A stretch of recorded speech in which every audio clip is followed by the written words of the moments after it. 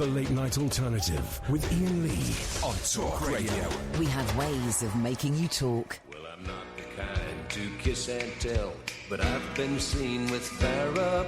I've never been with anything less than a 9. So fine, I've been on fire with Sally Field, gone past with a girl named Bo, but somehow they just don't end up as mine. It's a death-defying life I lead. I take my chances. I die for living in the movies and TV. But the hardest thing I ever do is watch my leading ladies kiss some other guy while I'm bandaging my knee. I might fall from a tall building, I might roll a brand new car, 'cause I'm the unknown stuntman that made Redford such a star.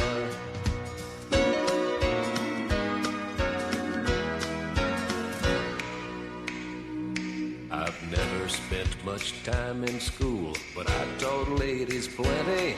It's true, I hire my body out for pay. Hey, hey, I've gotten burned over Cheryl Teague's, blown up for Raquel Welch. But when I wind up in the hay, it's only hay. Hey, hey, I might jump an open drawbridge or Tarzan from a vine, 'cause I'm the unknown stuntman that makes Eastwood look so fine. Stick it up your bum. Hang on a second. We need to just bear with me. We're going to start the show in a way that we've never started a show before, and it's going to sound like it's a Mickey take. It's not a Mickey take. It is genuine. I'm Iain Lee. Who are you? Catherine Boyle. Thank you. It's a genuine way to start the show because I think we need it. I think we need it tonight. But I need some music. There we go. Ooh. Okay. Alan? Hi, boss. Yeah, okay. What I need you to do, Catherine, can you hold my hand? Yeah. And with your other hand, could you hold Alan's hand? Alan? Your hand, Alan. Alan? Yeah, I'm holding. You're very stretched out. Right, I'm going to hold your other hand, Alan. Okay. Can we all bow our heads in prayer, please? Dear Lord, there is sweet FA in the papers, on Twitter, or on the Daily Mail online today. The stories we have for tonight's show are very, very thin. We will probably end up bitching about pop music on the Brits, even though some of it was actually quite good and it's not aimed at our generation. I pray to you, Lord Jesus Muhammad Christ, please give us a show worthy of the Late Night Alternative and our listeners. Amen. Amen. Amen. Amen. Okay, thank you for everyone who joined us in prayer there, because I'm going to be honest, Alan, we're screwed. People are coming to us for 3 hours of entertainment. We ain't got nothing. We ain't got nothing. The stuff we've got is paper thin, wafer thin, wafer thin. We'll make it work. Sorry? Did you get any more features last night? I think we got one feature, because we're looking for features now, guys. Features are the way forward. Taskmaster. It's Caddick's Taskmaster. Features are the way forward. Features are basically the way to stretch a 30-second idea into, well, several hours of radio over several months. There was one called Flick Caddick's Balls, where you have to lower. It's very strange. This we didn't really. It was right at the end of the show, so we didn't get a chance to explore it. But basically, you have to drop your trousers and your pants, and each week you flick your balls with a different thing. Starting off with just your finger, then an elastic band. And it's kind of a mystery noise competition. We have to work out what it is you're flicking with. Exactly. Would you be up for flicking your balls, Alan? No. Okay. Well, that's that out of the window. Cross it out. Very selfish. Hang on. Let me just cross that out now. Very selfish. So I guess you're not up for flicking nipples either. Injury on myself. Sorry? Because of the physical injury of myself. Well, there'll be no physical injury of yourself. Yeah, I probably won't go to the toilet if my balls are hurt. Gosh. Because they provide the urine. The balls do provide the urine. It looks like Catherine. Do they? It looks like Catherine. They're very close to the urine. distributor. They're not really. It looks like, Catherine, our prayers have not been answered, which is proof, if proof need be, there is no God. Tonight's show is a hellish mess, unholy skid mark of a show. Well, have you been watching the Umbrella Academy on Netflix? Have I been watching the Umbrella Academy? No, I don't really like academies or umbrellas. You don't, do you? You've seen Police Academy. I do like Police Academy. You've got me there. I don't like umbrellas. I find that people that use umbrellas generally are tosspots, and they should all have umbrella. What's the word I'm looking for? Umbrella-itis. Shut up. What's the word? Umbrella etiquette technique classes from me. If you're holding the umbrella, right? I'm walking towards you. Yeah, it's right. So you're coming towards me. It's not your job to move out of the way of the umbrella. It's me to lift. To the side. To the side, to the left. It's the job, the duty of the umbrella holder to make sure it doesn't hit other people. Not me. Right. Okay, Alan. Well, this really is going absolutely. I told you it was thin. I told you it was going to be wafer thin this evening. Let's pray for some better radio. Okay. Well, do you know what? I don't think I can stomach it anymore. Let's get some better radio. Let's actually get you guys some better radio right now, because you ain't going to get it here. What is wrong with the internet tonight? Maybe that's what's the internet is gone to cock. Is the internet down? I'm on the backup. Okay, I was on the backup, and then that wasn't working, so now I've gone on the guest. Let's try the backup. We're going to get you good. We're going to get you good radio, but we're going to get it from a different source. Can I do 2 public service announcements while we're waiting for the internet to kick in? Please do. 1, I love it when you suggest guests to me on Twitter. Could you please stop copying them in on it? Because if I don't get in touch with them, it looks like a diss. Yeah, she's right. Don't, no. 2, no. Who have they suggested that we're not going to contact? A number of people, Okay. and for varying reasons. Is it Fat Nasty? No, it's not Fat Nasty. Is it no. Dua Lipa? No. I like Dua Lipa. I like Dua Lipa. Actually, I was watching the Brits. I quite enjoyed it. If we run out of material, we'll slag the Brits. I mean, Jack was a little bit stilted, but it's hard to create a vibe in front of 15,000 people at the O2. Who are all getting drunk. A little bit stilted, but if we do run out of material, we'll slag off the Brits, even though I actually thought it was quite good, and some of those pop stars really are excellent. The 1975, what a band. Jess Glynn, fantastic. Beanie Man, great stuff. Great stuff. Second announcement. Okay. If you want to ring up about something, or you want to talk about something on the show... Oh, God, Catherine's doing some spring cleaning of Bell End. Yeah. Please, don't encourage that, although... it's a show. Okay. 0344 499 1000 is the number to call. You don't have to make an appointment. You can call about anything. But anyway, let's get some good radio, which shall we? Which is not really unsurprising. Here's Tom Snorbrick on LBC. Out in the wilds of northeast Syria right now. But I wonder if in the way in which she was calm and composed, and the fact that she's got no internet and sort of no access to any information to tell her how it's landing here, was there any structure around her? Does she have people talking to her? Does she have... I'm going to marry this jihadi bride. I'm going to find her, I'm going to make her fall in love with me, I'm going to marry her, and then we're going to be the power couple. We're going to be the Eamon and Ruth, the Richard and Judy, the Sooty and Sue of 2019. I don't think she'll go for you, mate. Oh, I think she will, because I'm going to whisper things in her ear that I wouldn't whisper on the radio. Gosh. Yeah, there we go. I'm going to marry that young lady. And we're going to take over. Seriously, she'll come over here, she'll get her own chat show. You'd watch it. Do you know what? Either us or LBC will give her a cover shift. Somewhat. Next time Eamon's off, it's what's her name? Shamima. Shamima's filling in for Eamon tomorrow. Why wasn't he in again today, was he? No. Why would he be? Why would he come in and do a radio job?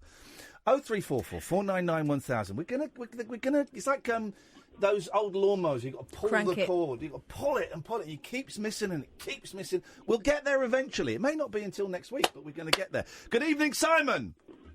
I've got a feature for Caddick.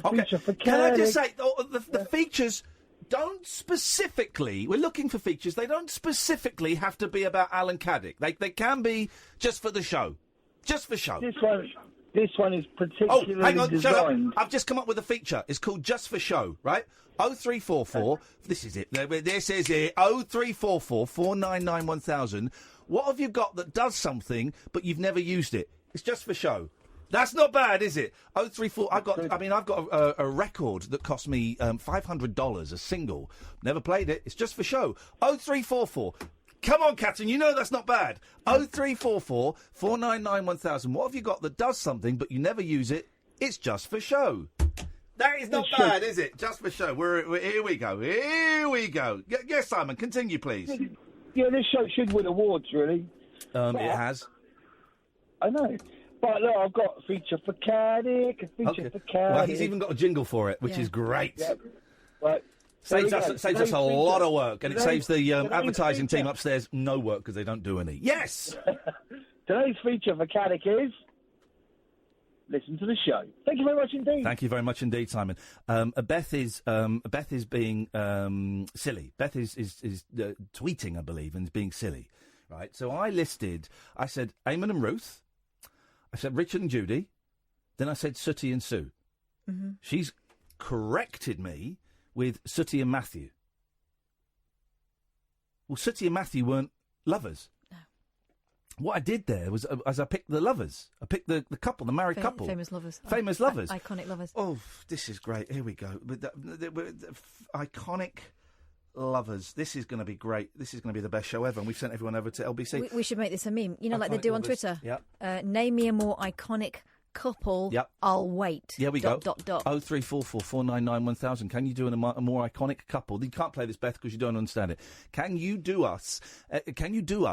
There's another feature. I mean, it's literally just pouring out of me. I'm not letting them do me. No. Can you do us a favour? There we go. There's a feature. Can you do us a favour? And we can ask you for favours, or you can ask us for favours. 03. This is great. This is great. 0344 499 1000. You phone up and say, can you do us a favour? Elton and David Furnish. Sorry? Iconic duo.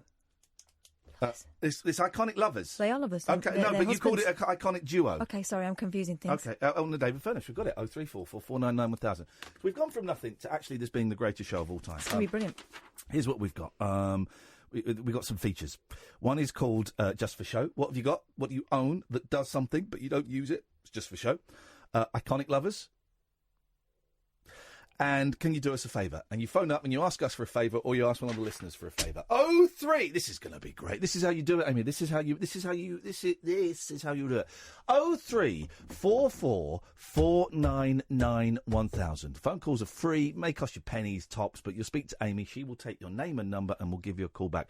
You can call in about any of these excellent regular features that we're introducing to the show, or you can call in about anything. We do get so many tweets and texts. Can I call in about? Why don't you call in and talk about it and start the conversation? It's another feature. It's called Start the Conversation. This is incredible. This is the most prolific day of my life. So start the conversation where you phone up and you say, I just want to start the conversation about... Whoa! Hang on a second. I forgot I had Skype set up. We'll go to the ads in a minute. Hello, Tom. Hello, I've returned. How are you doing? I'm fine, thank you. I'm looking, Tom. I'm going to be honest. Let me guess. 12 years old? Yes. Yes, man. Oh, you're good, man. He's good. It's slightly different because Tom has called in on the Skype, Late Night Alternative, and I can see him. Tom, what is that? What are those wooden... Oh, figures. Those are those figures with the big head behind you, aren't they? Oh, yeah. I got, everyone. I got, wrestling to Walking Dead. I've got everything. Mate, you've not got everyone, because I've been in a store in New York where they have, loads more than that. You've got a lot. You've not got everyone. What are they? Harry Potter? Oh, yeah, you were talking about Japan yesterday. Yeah?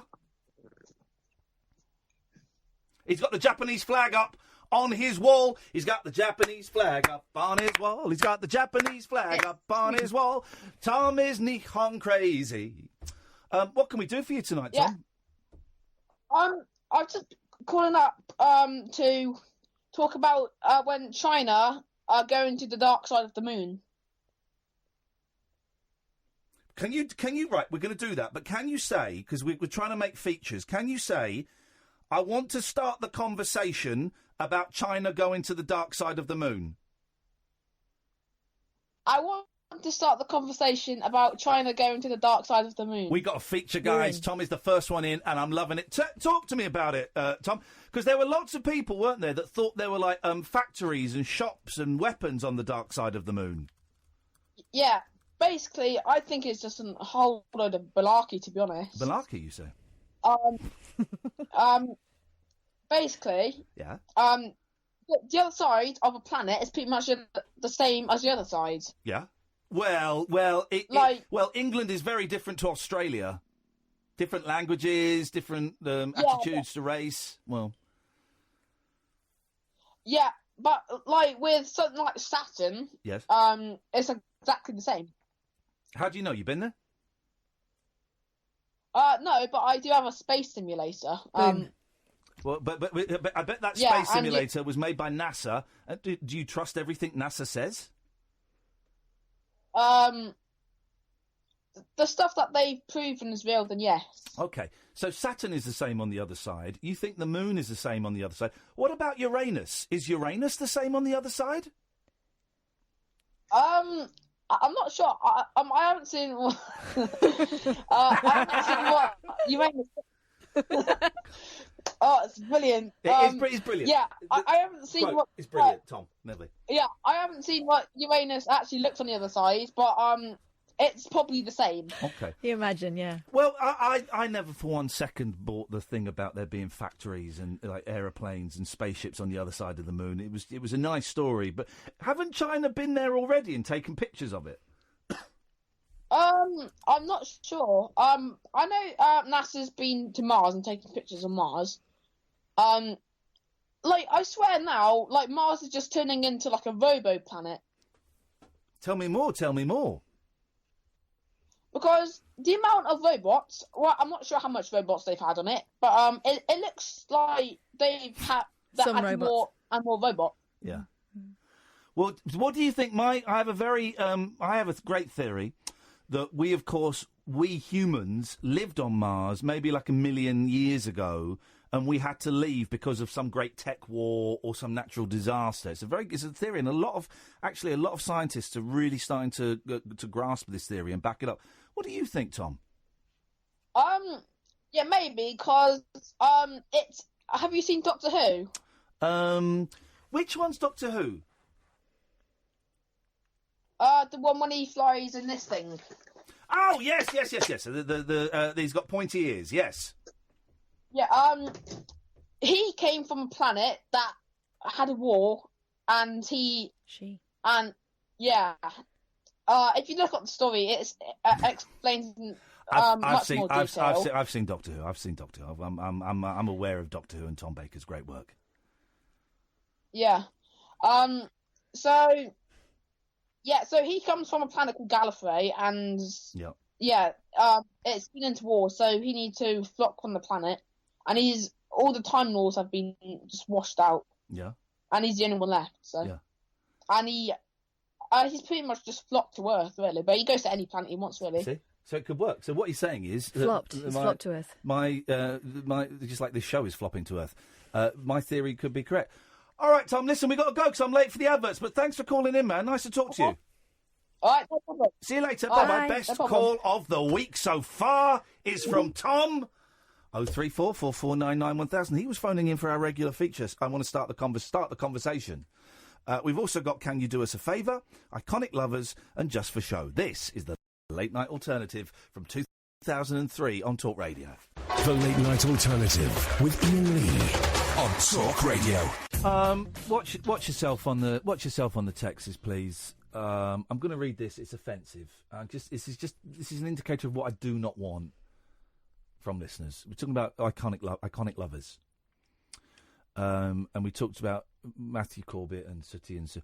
And it says, Anonymous says, Iain, Matthew Corbett and Sue were not lovers, but legend has it that when he used to get smashed offset on cheap voddy, he used to use Sue like a sock. Come on, mate. Come on. Disrespectful. That's not very nice, Sooty. I can do a better Sue than that. No, you can't. That was an excellent Sue. That's not very nice. No, she spoke like that. No, she didn't. It was softer and breathier. No, it wasn't. Yes, it was. Now you're doing it. You're going breathy. I'm more like Sue than you are. I don't think you are, Matthew. I think I am. No. Oh, yes. Yes, I am. Now You've been practicing that voice. Yes, I have been. I'm Sue. I'm Sue. No, I'm Sue. Come on, Matthew. I'm Sue. I'm Sue. I'm Sue.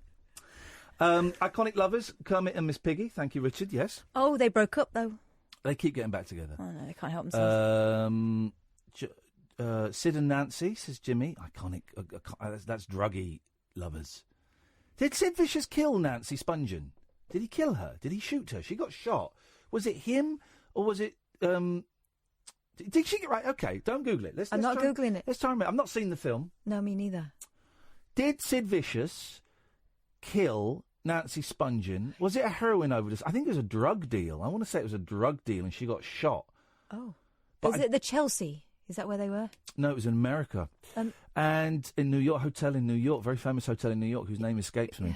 And it was, I'm going to say, she was shot, because he was charged with it, and then he died of a heroin overdose. Wow.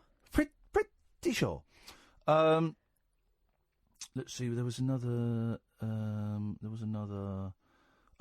John says, I can do a favour for you. Well, that's not... No, that's not it. We've not asked... John says, I can do a favour for you. I could stand in and give one of you a night off. 0344 499 1000. Big guy? Let's hear you. Tough guy? Mm-hmm. You think you're such a big guy? Let's hear what you got. Come and audition for the show. I'm off tomorrow. Kathy's penciled in. Yeah, but I'm not fussed, really. Exactly. What? 0344 499 1000 is the telephone number. Let's go to Giselle. Good evening, Giselle. Evening. I've got to say, Catherine's stomach is... It's not me, it's you. Totally... It's you. It's got a northern accent. It's crying out for pies and mash. Oh, I mean, it's always crying out for pies. Well, here's the thing, Giselle. Catherine and I are both, once again, probably foolishly, it's probably a fool's errand. We are trying to lose weight again. Catherine, I don't think, needs to. I think she's doing it as support for me, and I appreciate it. I do, because I'm very unhappy with my body and my weight issues. So it's day 3 of getting up and eating a breakfast, having an omelette for breakfast. I don't normally do breakfasts, but everyone says you've got to have a breakfast. So having that, and I'm counting my calories. It's knit a diet. And then this evening we didn't eat very much at all. And I'm feeling, no, I'm going to be honest. I'm feeling all right. Mm-hmm. It's tough, Giselle, when I go home, because I do have to stop in the petrol station tonight and get some milk. Mustn't buy a sandwich. Mustn't buy chocolate. They are verboten. I have to go home, I have to feed the cats, and I have to go straight to bed, Giselle, and no nicky-nacky news for me. I meant it's nicky-snacky snooze. Okay. Very kind of you to suggest that I don't need to sort myself out, but my trousers have been getting very tight. Didn't say you didn't need to sort yourself out. Oh. I said you didn't talk about losing weight. What you do in the privacy of your bathroom is entirely up to you. Bathroom? Or if you're stuck in traffic. Giselle, I would like to extend to you an official late-night alternative. Thank you. Okay. Do you accept? I accept. Giselle very kindly sent me a little poster. It was you, wasn't it, Giselle? Of course. Was it you? Yes. Okay, good. Because imagine if it had been another Giselle, and there's another Giselle at home going, God damn, that goddamn Giselle stole my goddamn... Yeah. She's a piece of trash. There can be only one. Giselle sent me a very nice little inspirational quote from Robin Williams. It said, Nanu, Nanu. And it did. But it's very nice. I'm going to get that framed. It's going to go in one of the boys' bedrooms. It's a nice little quote about madness and clinging onto it and stuff. So thank you. That's very kind. And also she's been very nice to me. And here's the thing, because normally when listeners send me stuff, it goes straight in the bin. But that, I opened it, I thought, yeah, okay, that works. That's very kind. So thank you, Giselle. That's very, very kind. No problem, although you don't need to thank me. Too late. Well, just wasted 2 minutes of precious airtime there. Oh, I wish you'd have said that straight away. So well, it's out there. It's out there. I'm a great guy. This is what I do. I do great things because I'm a great guy. Giselle, please get to the point. As so often is the case with your calls, you really do bang on for quite a bit, skirting around the issue. Just dive in and get to the meat and 2 veg, please. Can you do me a favour? Oh. Yes, we can. That's what we're here for. Could you explain to me how tarot cards work, please? Yes, of course I can. Tarot cards, there are several ways of reading the tarot cards, and there are two parts to the tarot deck. There are the main part, and then there are the extracurricular part of the deck. The main part of the deck, I believe, has something like 21 cards. I could be wrong. It's been a long time since I've read them, but I can read them. I have a set of tarot cards that was sent to me by a very famous pop star from America, and do you know what? Friday's show, I'm bringing them in. I'm going to read the tarot for the listeners. It's the main arcana. Here we go. It's coming back. It's coming back, Giselle. Let me get the appropriate. Sorry, let's get the appropriate music, because this is important stuff we're doing here. It's the higher arcana and the lower arcana. The higher arcana are the cards that you probably recognise: the priestess, the hanging man, and other things like that. The lower arcana, they're more subtle shades as opposed to the bold colours. Things like the 12 of Swords, the 11 of Swords, the 10 of Swords, things like that. The 9 of Swords, and that is what modern playing cards are based on. The lower arcana. What you do, Giselle, is you connect spiritually with the cards, and you allow the person whose reading is being done henceforth to connect spiritually. Sorry, Catherine, you right? Carry on. Okay. The person who is having their cards read connects spiritually henceforth, and then you just throw it open to the universe, and you let Mother Nature do it. You yourself, as a reader and a readee, you don't actually do anything. The universe does it for you. All I will be is not an arbiter. A conduit. Well, I don't even know if it's conduit. A charlatan. A translator. Speak to you in a bit. Mm-hmm. I will be a translator of what the cards say. I will be an interpreter. I will interpret the cards. That's how it works, Giselle. Pretty... Well, there's one explanation. The Yep. other one is, of course, it works on superstition and bullshit. Well, you were going to say suspicion, so that just goes to show you don't actually know what you're talking about, and you shouldn't be trusted, because I'm suspicious about you. Does that answer your question, Giselle? Yes, it does. Thank you for my favour. And also to Catherine, I do love you, but you've got 3 hours tomorrow for superstition and BS, so... Yeah. Excellent. Let's hold off. Thank you. Giselle, maybe you'll call in on Friday and I'll read your tarot. Maybe I will. Okay, or maybe you'll bottle it. I mean... Oh, gosh. Well, this is... okay. This is apparently how Nancy died. Nancy Spungen died. It's not nice.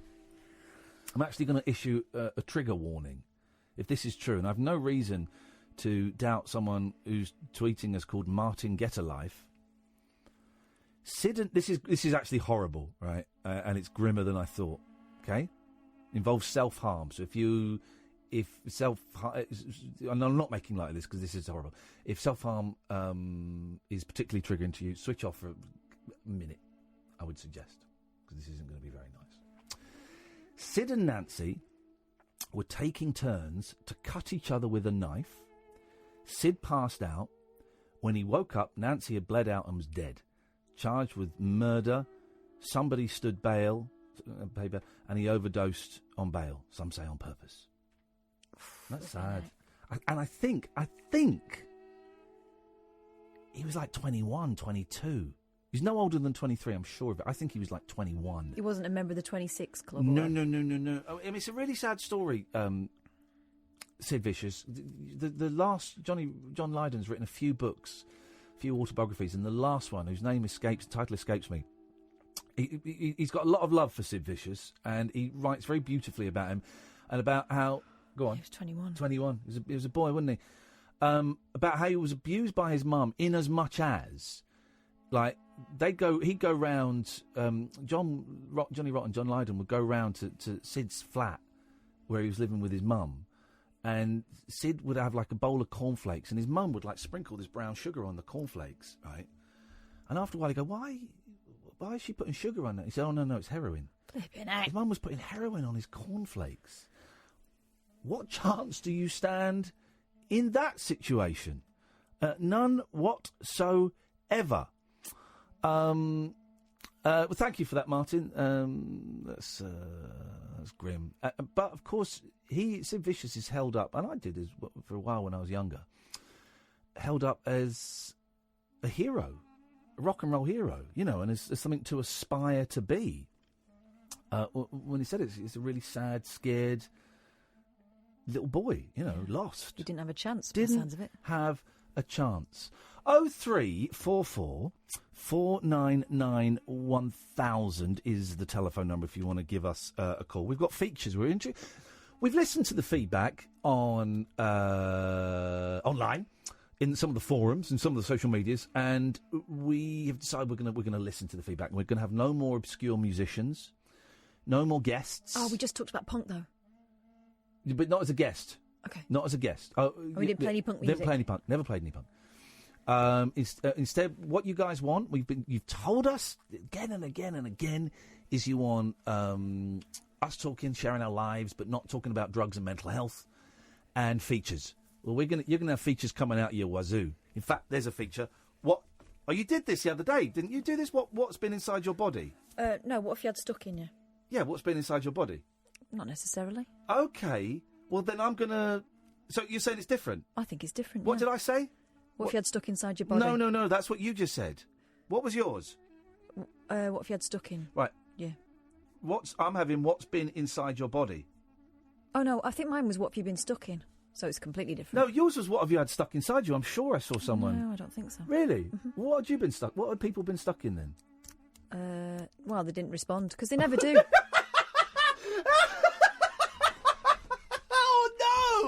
I can't remember. You know when you throw out gold and then they come on and they want to talk about everything else? No, I don't. When I throw out gold, they come and pick the gold up. No.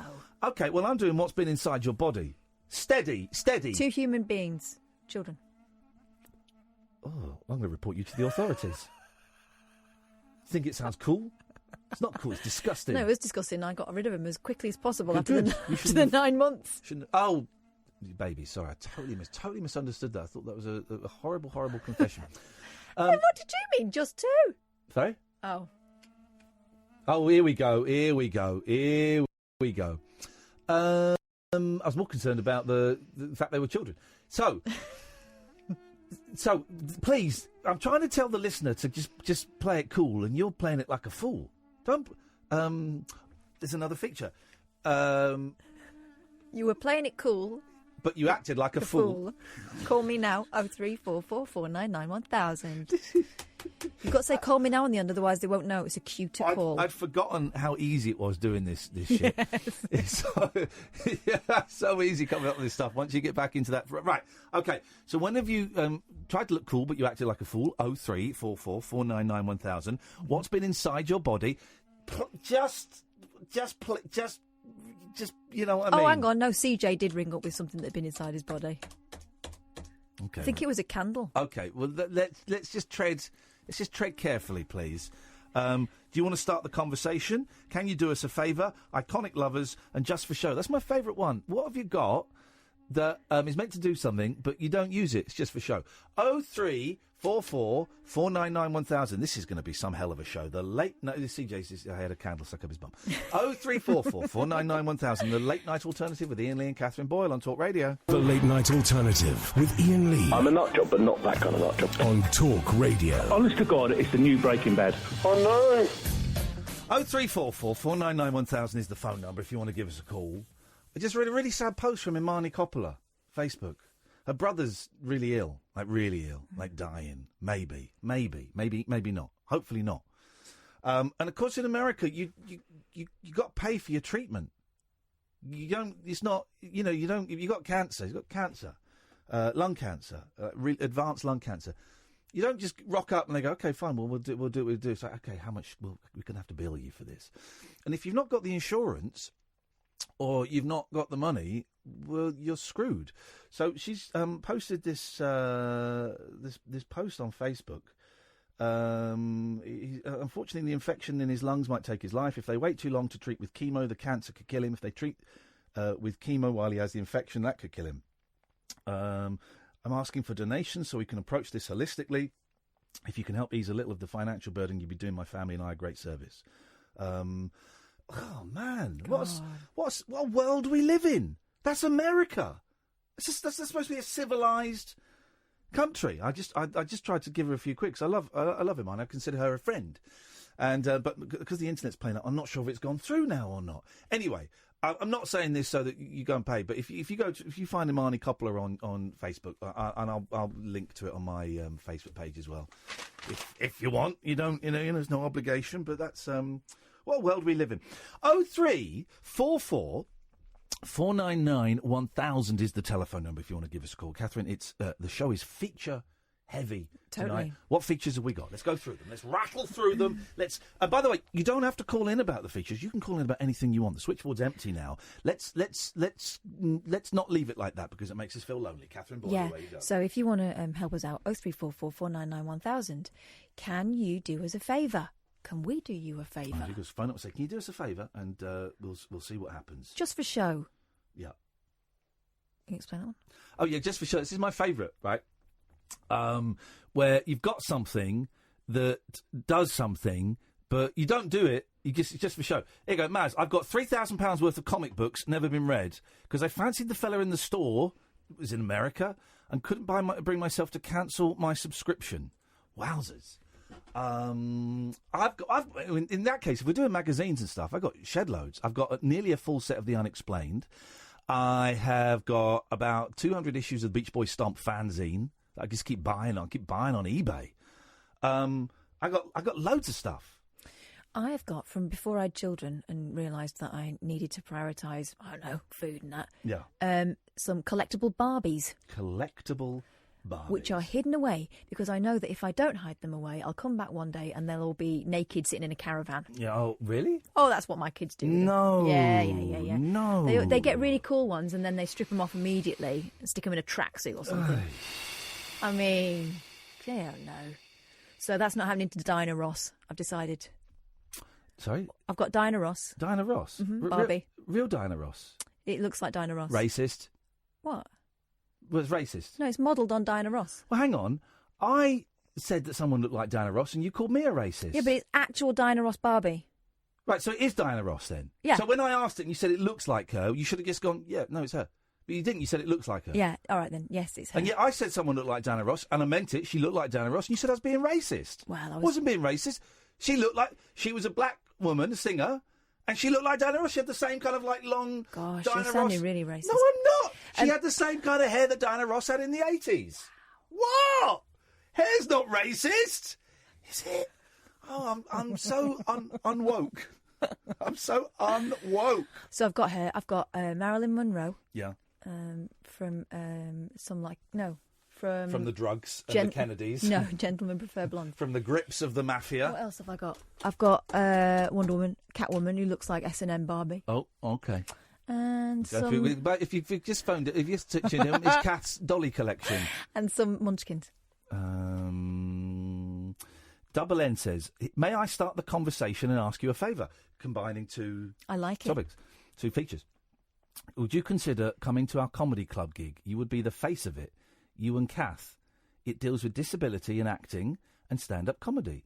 We are wondering if you would be our honoured guests, double honoured, and we may even be able to pay you. I can't talk on here as I'm far too nervous. Please be gentle. We love you so. How much are we talking? Where? I would like to know. Where and how much? But the answer is probably, if it's a weeknight, well, no, because we're working. Bit busy. And if it's a weekend, the answer is probably no, because I'll be probably be working. But still. But tell us more. Let's go to Joan as policewoman. Good evening, Joan. It's a reference for the kids. I like that. Thank you. Where and how much? But the answer is probably if it's a weeknight. Hello, Joan. Jones. Jonington. Hello. Joan Alomu. Hello. Hello, Joan. Hello. You right, Joan? Yeah. What's going on? Pardon? Turn your radio off. Oh, I didn't hear her. Sorry, I heard Iain talking. You silly sausage. I'm trying to see if the... Oh, here we go. Shut up. Who's going to shut up? Me? That's rude. I'm not going to shut up. Cat food? Is that Kath? Kath's rude. Turn your radio off, Joan. She's listening on the radio. He's always eating sausage. Yes. Hello? Hello. Turn your... No, this is Iain. You're on the air. Turn the radio off. I've got it off. Oh, I've got it on headphones, that's all. Okay. What can we do for you? Yeah, pardon? What? Ian wanted to know if you've got Dennis something lives. you don't use. The what, sorry? Ian wanted to know if you had something you don't use. That is Ian. You're talking to Ian. Oh, I have. What? Hearing aid. I've got something I don't use. Go on, Joan. Yes. It's a wax eye. I can't see through it. A wax eye? Yeah, artificial eye. Hey. When you die, Joan, can I have it? I've had one since I was 19, but they're making them of wax now. Well, why are they not made? Can you not just shove a marble in there? No, in the First World War they did. Yeah, just put what like proper like They Chinas put 'em out and the pop Steelies. bottles. Pop bottles. Aye. Oh, the ones that really they put them in people's heads instead of When they eyes. bought the pop bottles, they used to save them, and if the soldiers lost an eye, they used to pop them in, keep the socket open. Surely you could put anything you wanted in there, like a golf ball.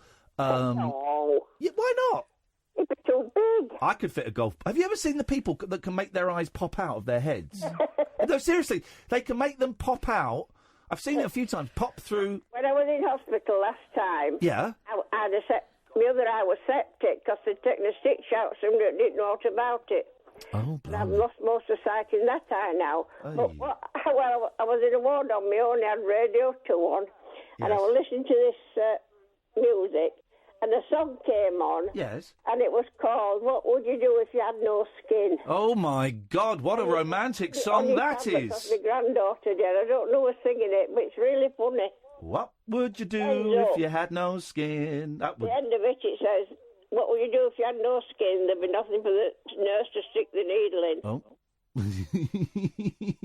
Anyway, it's nice to hear you both. Nice to hear you too, Joan. Thank you. Take care. You're welcome, Ian. Bye, love. Bye-bye. Although I'm not convinced you did actually hear any of us, but thank you. Always nice to talk to you. Thank you. Good evening, John. Evening, Ian. Evening, Cass. This is John who reckons he could do us a favour. Oh, John. Well, John. You took my tweet a little bit out of context. You didn't read it at all. Sorry? You made it sound like... actually, you didn't read it at all. You made it come across as if I was having a bit of a go. Hang on a minute. Hang on a minute. Let's read it again, and let's find out exactly whether. Oh, where is it? Where's it gone? I think it might have been handed over to the authorities already, actually, because I can't. That was me. Please stop your stomach, please. Oh, feed me then. Sorry. Here we go. See if this sounds menacing or not. Okay, I'm just going to read it straight. Okay, just going to read it absolutely straight, and you tell me, is this menacing or is this not? Hang on a minute. Let's just get rid of this music. This music's not going to help, is it? Okay, so this is a tweet that was sent in a little bit earlier during the show. Is this menacing or not? I can do a favour for you. Well, one of you. No, not that. I could stand in and give one of you a night off. Or add me to the show. Oh my! Now shivers. Is that menacing? I don't know. I just read it. As I it was feel written. threatened, so that's a threat, right? Just read it. Menacing. I thought it was quite sexy the way you were saying it. To be honest, it didn't sound like that coming out of my mouth. No, it don't. It didn't. It didn't. Didn't. Well, go on then, John. Yeah. Well, you know. Do the show. Do the show now, then. Go on. Right, how we then? Call it Ian. You through Talk Radio? You're a knob. Right, yeah, I've got off. Don't allow him on again. He knows. Bad. He knows. He's not bad. He knows the protocol. All right, I think we got a Catherine lined up for you now. All right, yeah. Hiya, John. I'm a massive fan of yours. Oh, good. Yeah, we'll join the queue. Yeah, fine. I've been looking at you through your window at night. Oh, yeah, I thought I saw you. Touching myself. The door, Really? I don't think that's appropriate for this type. There we go. Well done. You correct answer. You pulled it back. Whoa! Which is, it's not something we should be doing, really. Okay. Yeah. Now who's looking through the window? No, 0344 499 1000. If you want to speak to John, John reckons he can do us a favour. The John Show. You've heard of the One Show? It's the. This is the John Show. It doesn't really. John! John. Here's what his show will be. His show will be called Dear John, and it's people phoning up saying they're never listening to this rubbish ever again. If you want to phone up... Or alternatively, yes, they could be phoning up to say, can we change the name of the show to the John, Cass and Iain Show? This guy's name first. I know. The cheek of it. Let's not presume what the listeners are going to say. Okay, well let's just wait. We're not. Give him the phone number then, John. Go on. Basics. Yeah, exactly. Yeah. So that's going to be your job. I'll be the leader of the show. You see. So but you're not giving. You've got to give the phone number out. No one's calling because you're not giving the number out.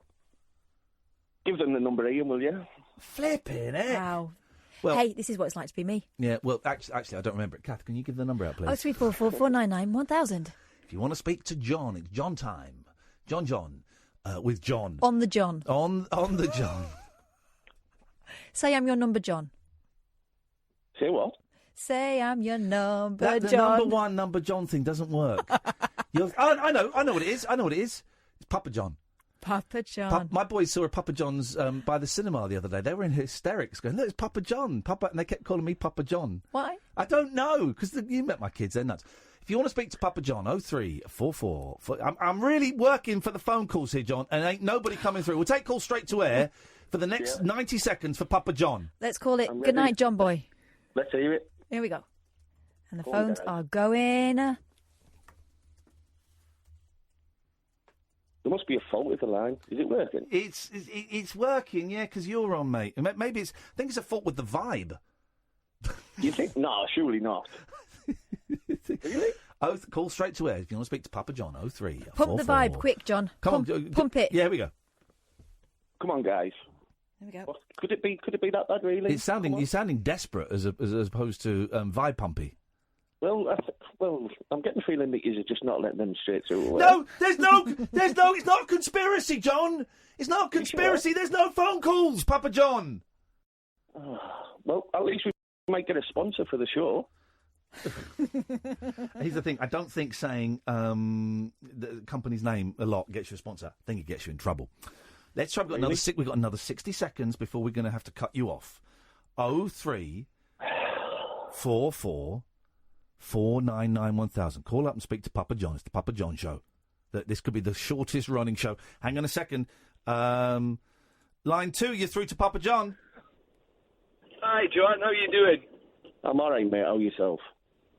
Mate, I've been listening to you for the last 30 seconds. You know, absolutely brilliant show. I'm a big fan of yours, man. I think you're absolutely brilliant. A lot better than that Iain Fitz's-name guy. I just think you're brilliant, mate. Yeah, well, he's yesterday's news now. It's a new show. I might keep it know. as well. You know. I totally agree with you. It is. This is a brilliant show. I've loved it. Been listening to you since you came on. You're absolutely magic.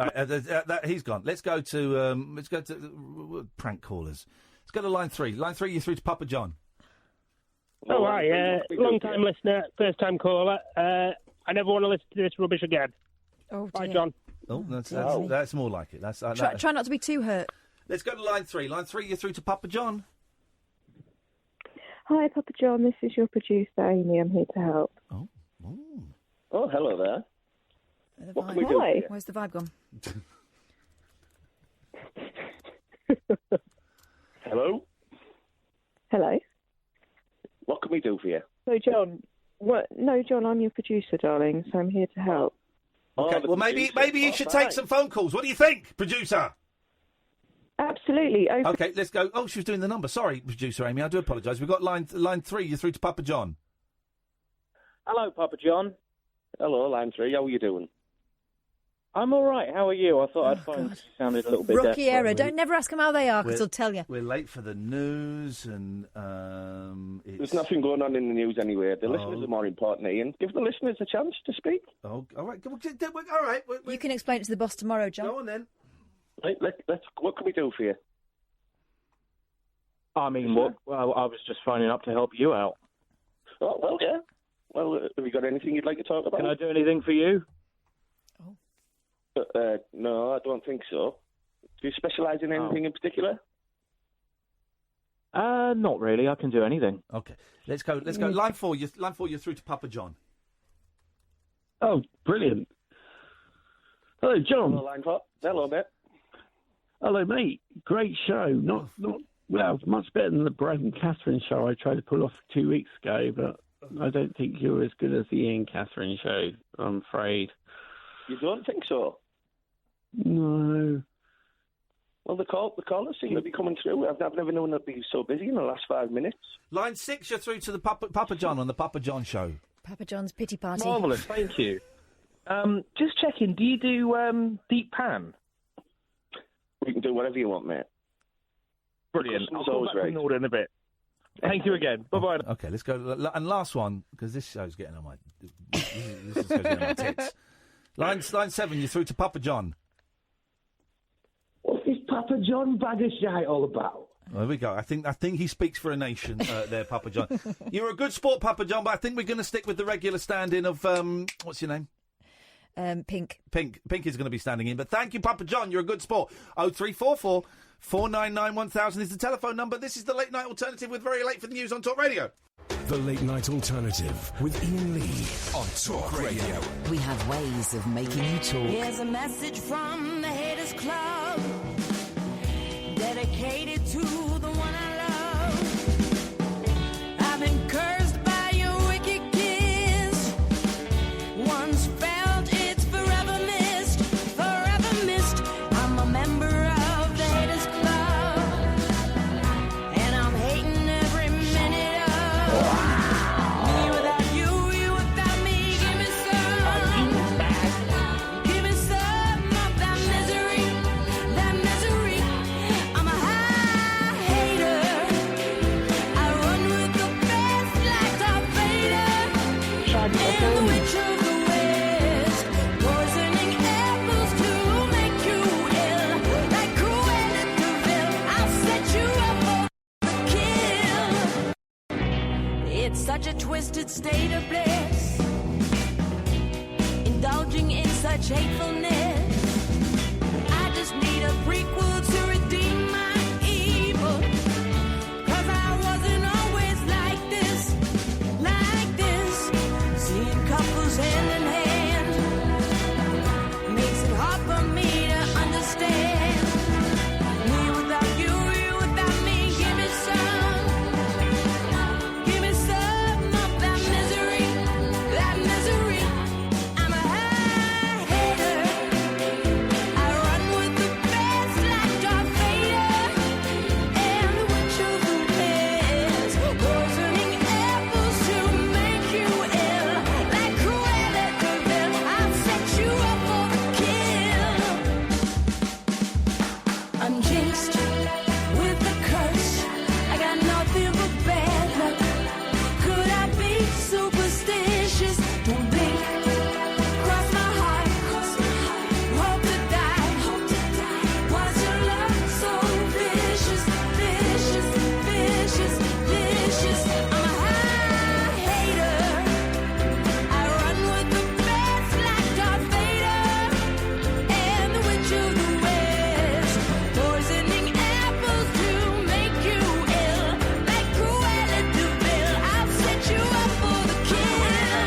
Hater, I run with the best like Darth Vader, and the witch of the West, poisoning apples to make you ill, like Cruella de Vil. I'll set you up for the kill.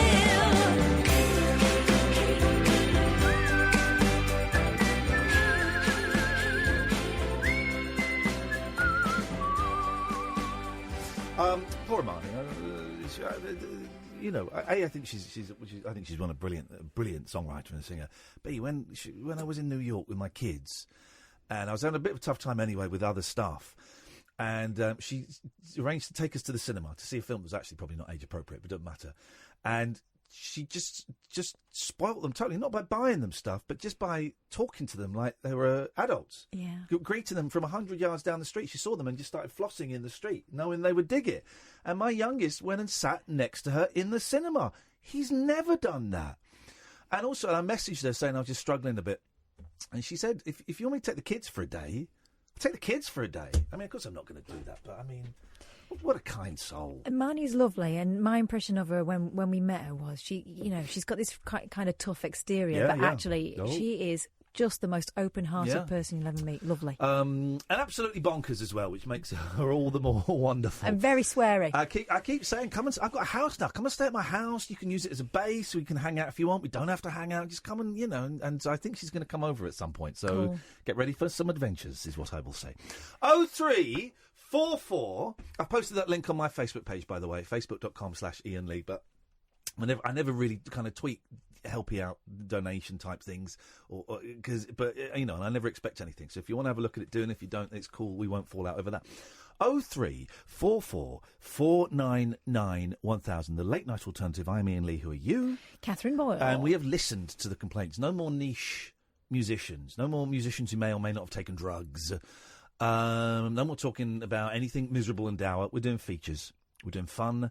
Phone-in features. Catherine, what fun phone-in features have we got tonight? Well, on tonight's Tits and Tinsel show... And by the way, that is in itself is a fun phone-in feature. It's called Fun Phone-in Features, where you phone in with your fun phone-in features for us to use at a later date. Thank you very much indeed. Just for show, the things you have around your house or person that no one uses. It's just for show. Just for show. Just for show. What have you had stuck inside your body? There we go. No. What's been inside your body doesn't have to have been stuck in there. Okay. What's been inside your body? Keep it clean. Keep it cleanish until midnight. Are we talking like colonoscopies and stuff? Yeah, sure. Or like beads, Lego, food. Maybe you got really badly constipated. Maybe you stood on something and it went right in. Yeah, exactly. So things that have been inside your body. Yeah. Maybe you fell on something and you had to go to A&E. I saw a brilliant tweet the other day. One of the people that I follow is an A&E doctor. Yeah. And he said it was like this this photograph of an X-ray. Yeah, well, an X-ray is a photograph, yeah. Of the pelvic area. Oh, okay. And it said, "Boss, okay, tell me what you see." Me, well, either he stuck a light bulb up his bum or he's just had a really good idea down there. Light bulb. I'm David Babcock and I got my willy stuck in a hoover. It's not what we're talking about tonight, David, thank you. It's what's been stuck also, inside of you. The way he put it in was not the way you'd think you'd put a light bulb in. He didn't try and screw it in. He was trying to the other way. illuminate. Maybe he wanted to look up inside. 03 Maybe he fell on it. 499 1000. When have you tried to look cool but ended up looking like a fool? It's not the catchiest of titles, but we call it the cool fool, so that is quite catchy. If you want to phone up and start the conversation, you phone up and say, "I want to start the conversation," and boom, we're away. Iconic lovers. Iconic lovers. We've had Sooty and Sue, Sid and Nancy. Someone suggested Fred and Rose West. I'm not allowing those onto the list. That's not. And do you know what? That wasn't even the most offensive one that's been sent in to us. So play nicely, guys. Also, Elton and David. Elton and David, of course. Yeah, that'll do. Is that it? There was another one, wasn't there? Just for fun. Just for fun. Just for fun. No, there's no just for fun. Oh, just for show. Just for show. Just for fun is tomorrow. By the way, we did watch the Brits, and we were ripping it apart. But actually, I thought Jack Whitehall didn't. I mean, it's a tough gig, but I did think that the gags were lousy. I thought the delivery was stilted. Right? I'm going to say it as I'm a professional.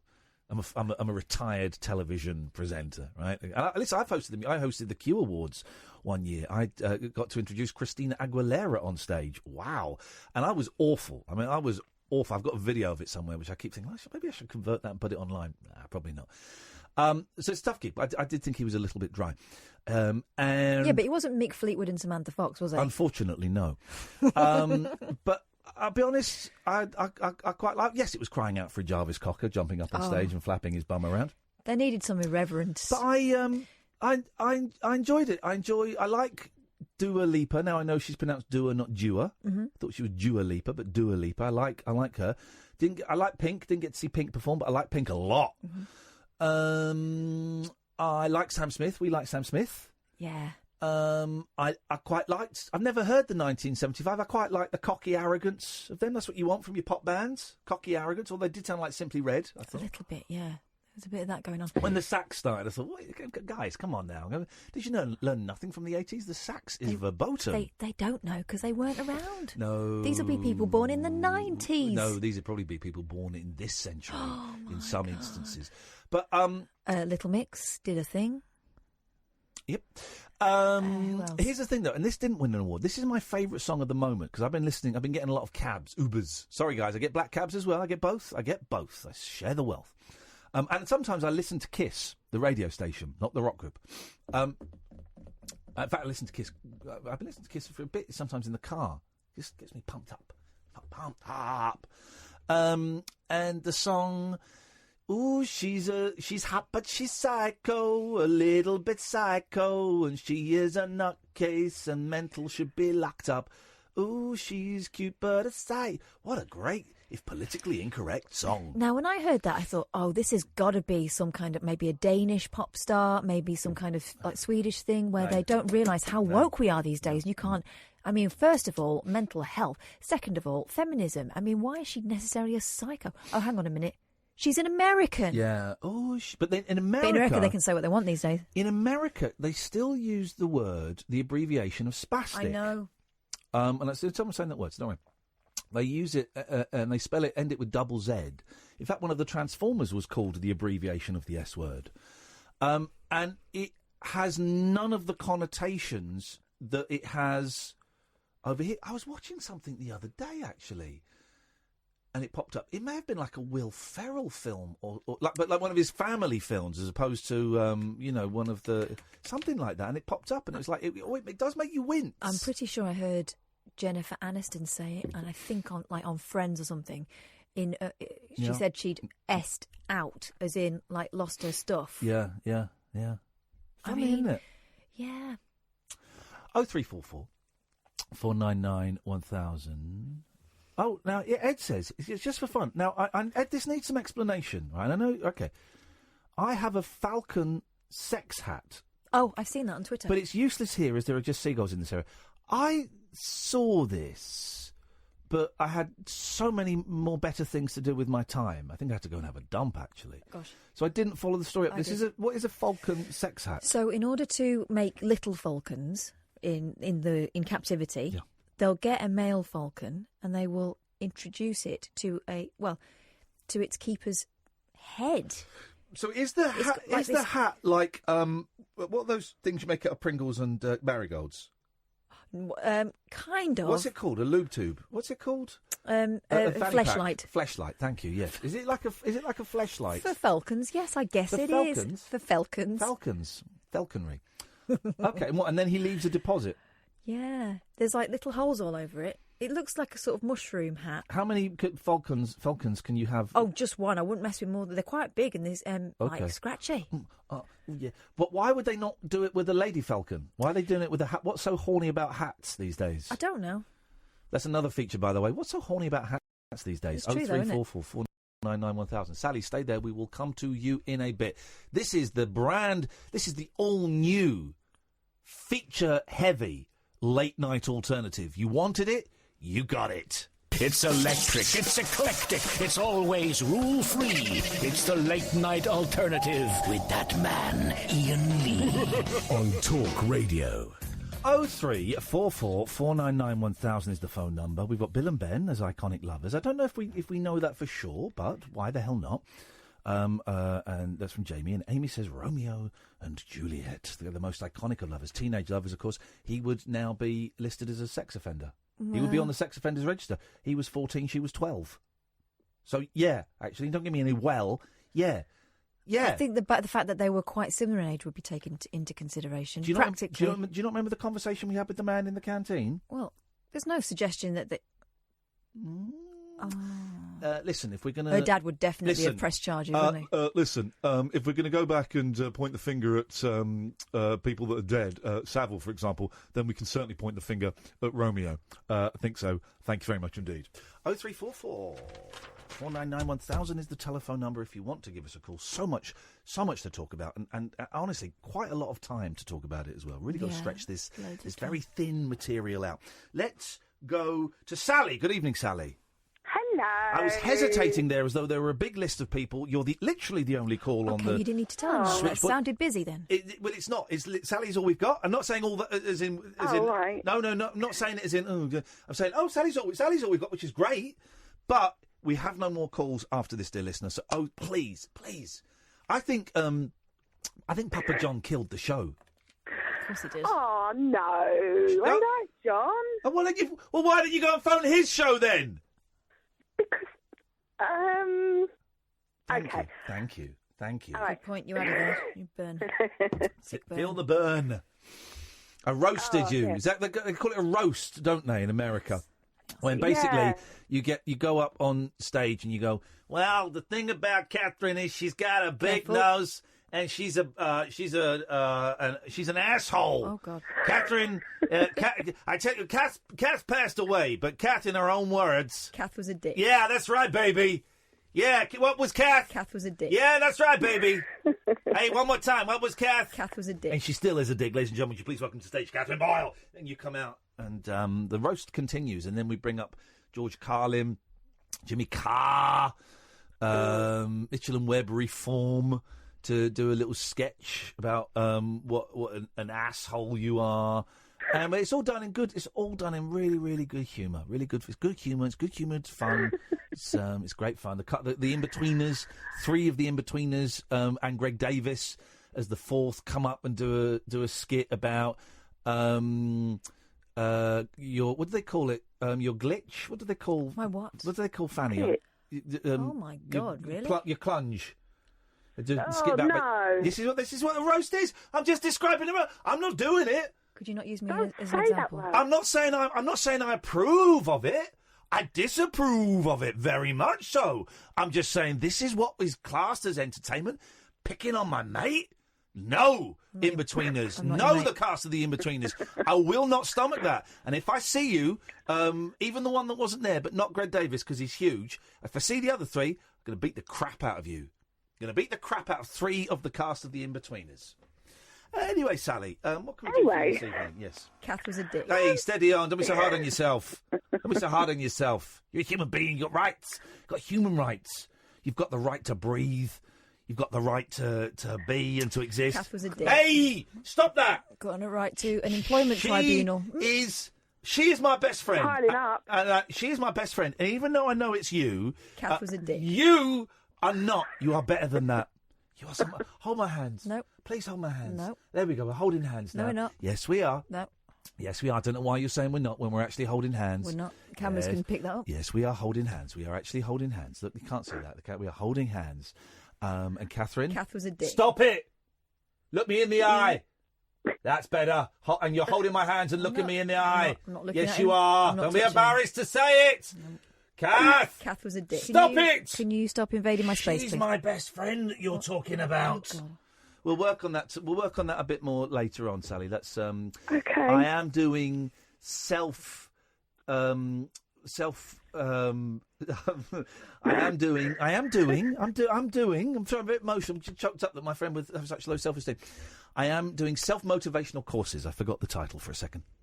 Self-motivational courses, and they are great value. It's knit a diet, but it's £150 a pop, and you can see great. Do you get free pork scratchings? Catherine is really making great progress. Really is making great progress. Dick. There we go. You see, I'm knit. Sally, please. Yeah, sure. Hang on, Papa John is now trolling me. Oh, never right, mind, okay. Never mind. Papa killed the show. BT will have wondered what was happening. Never been so many calls in such a short space of time. Right, well, so we just allowed a troll basically to come on the show and infect it with his virus. Reported, Papa John. Be calling the police. Yeah, and you've been reported. And you're cancelled. Just like when someone reports someone on PlayStation for bad gamesmanship. I'm never quite sure what happens as a result of those reports, but I still do report people for bad gamesmanship, bad sports play. That's what? Sports play? Bad sports play. please, Sally, please. Can you stop? Yeah. Okay, go. Okay, right, okay. Iconic lovers. Yes. Liz and Richard. Ah, the Burtons. Who are they? Do they live near you? Who are Liz and Richard? Elizabeth Taylor and Richard Burton. Oh, the actors. The actors. Yeah. I'm Richard Burton. and I am going to make love to my wife, my third wife, who's also my first wife, Elizabeth Taylor. She wasn't his first one. All right, doesn't matter, but you get the reference. They were married 18 times. No. I'm from Wales. And I'm Richard Burton, and I've been drinking with my good friend Tom Jones and Wendell, and we are going out on the pull. I am Richard Burton, and this is Tom Jones. Hello there. And hello. We are going out. Tom Jones? No, that's not a Tom Jones impression. This is a Tom Jones impression. Yeah. Yeah. I'm Tom Jones, and I love it. I can't get enough of it. Tom Jones. It's horrible. I'm Tom Jones, and this is Wendell. Stop it. Because I know where this impression goes. That's what you used to call is. I know, yes. Okay, all right. But I don't want to hear the rest because normally there is an unabridged version of that impression, you don't want to hear it, Sally. No. That's just It wasn't even good enough to be shit. Okay. Yeah. You can pack that in as soon as you like. Right. Yeah, and things. I'm sorry. We've got no other calls. It's literally us three now till Okay, Paul Ross. Things you have at home that are just on show. Yes. Just for show. I have a certain love for a brand of shoes. Okay. That I am now buying a display cabinet for a newly decorated bedroom. So they will sit in the display cabinet and not move. Can I ask you a question? As someone who has a similar fetish for records. Yeah. This display cabinet, will it be filled immediately with shoes? Yes. No. I've got like 4 or 5 pairs that will definitely go in there. Right. And it's my birthday in April, which is the same time as the bloke in the house is getting his bonus. So that will be spent on shoes. Well, then you need to get 2 display cabinets. Catherine was there when I had 3 or 4 record cases delivered. I had to install, and they were almost full. And she went, just buy another one. I said, well, I haven't got anything. But yeah, you will buy another one. So yeah. And was I correct? Yes, I was. She was absolutely correct. That was a correct thing for her to say. Was that the same day when you had the TV table delivered? I say TV table, like one of those really low units. Okay. This is not. And Amy, was. We've got Amy working on the phone. Flat packing it, and it got very gruff. And I thought, what on earth is going on in here? And he managed to screw it to the floor. I was using the wrong screw. I was using the longer screw than I needed to, and I screwed it. I think it just goes to show how focused and what a hard worker I am. Yes, I screwed it, and it was by hand. It wasn't a drill, and it wasn't one screw. It was 6 of them. Yes, I did it with 6 of them, and I went to pick it up. It was like, I can't lift this. This is heavy. Oh no. And Kath's there watching, can't pay, take it away, and laughing. And yeah. Well, I'll tell you what. Here's a favour then for you. Okay. You've got to say, can you do us a favour? Can I do you a favour? Can I do you a favour? Is that it? Oh. Can I do you a favour? Oh. No. Yeah, the other way. You've got to say, can you do us a favour? Can you do us a favour? Sure, no problem. What is it? Well, no. Right. Next time you have something that needs to be put together, I'll do it for you because I love doing things like that. Well, no, but there's no need. I can do it. Well, I mean, no, you after can't, a fashion. though, really. No, I did it, and now I've got a rug that covers the 6 holes in the wooden floor. And a lovely story to tell. No, I don't want that story told. That story is. I'm going to get that taken off Google, like what nonces do. I'm going to get it taken off Google, like pop stars who've stolen things do. All right, Sally. Thank you. I won't, but it was just offering it. Just show. Yeah, she's making out she's not bothered now. I'm going to cut you off now, Sally. Okay. There we go. 03444991000. You shouldn't have told that story. That was disrespectful, and that's betrayed. Oh, yours. Friendship. Let's go to the trailer. The Late Night Alternative with Iain Lee on Talk Radio. Yes. 03444991000. Iconic lovers. Jamie says, and I think there can be no more iconic than this. Sonny and Cher. Sonny and Cher. Sonny and Cher. Sorry, Sonny and Cher. Can I nominate Adam and Steve? who I don't... They're a phenomenon because they were not made by God. Apparently. 0344 499 1000 is the telephone number. I'm feeling a little bit flaky tonight. I'm going to say I'm feeling a little bit flaky and a little bit out of it. Not out of it as much as I was a few hours ago, actually, but nauseous. Started taking my pills again today. I started taking my venlafaxine, my antidepressants again after like 2 months off and after about 8 months of weaning off, something like that. It was a long old time. It wasn't 8 months. 6 months. Give you 6. 6, 5, 4. I think about 3. No, it was. Oh no! It was much longer than 3. I mean, it felt long. 8.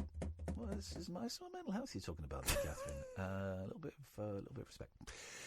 So I took 150 milligrams of venlafaxine. Starts today, and I'd forgotten that the first 10 days, first 2 weeks, you get nauseous.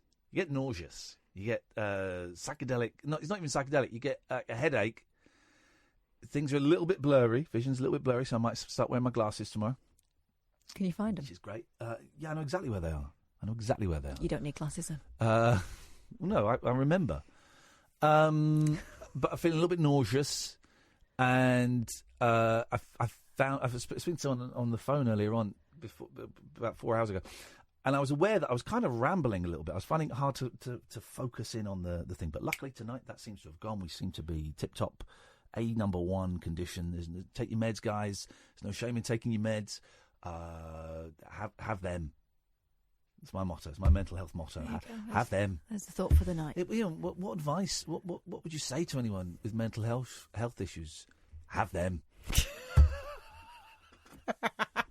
what I say. Dr. Iain. Have them. 0344 499 1000. Let's go to Nelly. Good evening, Nelly. Sorry, good evening, Ian. Good evening, Kath. I think every phone call should start with an apology. Right. Just to sort of start off, actually, no, I'll give you a couple of couples.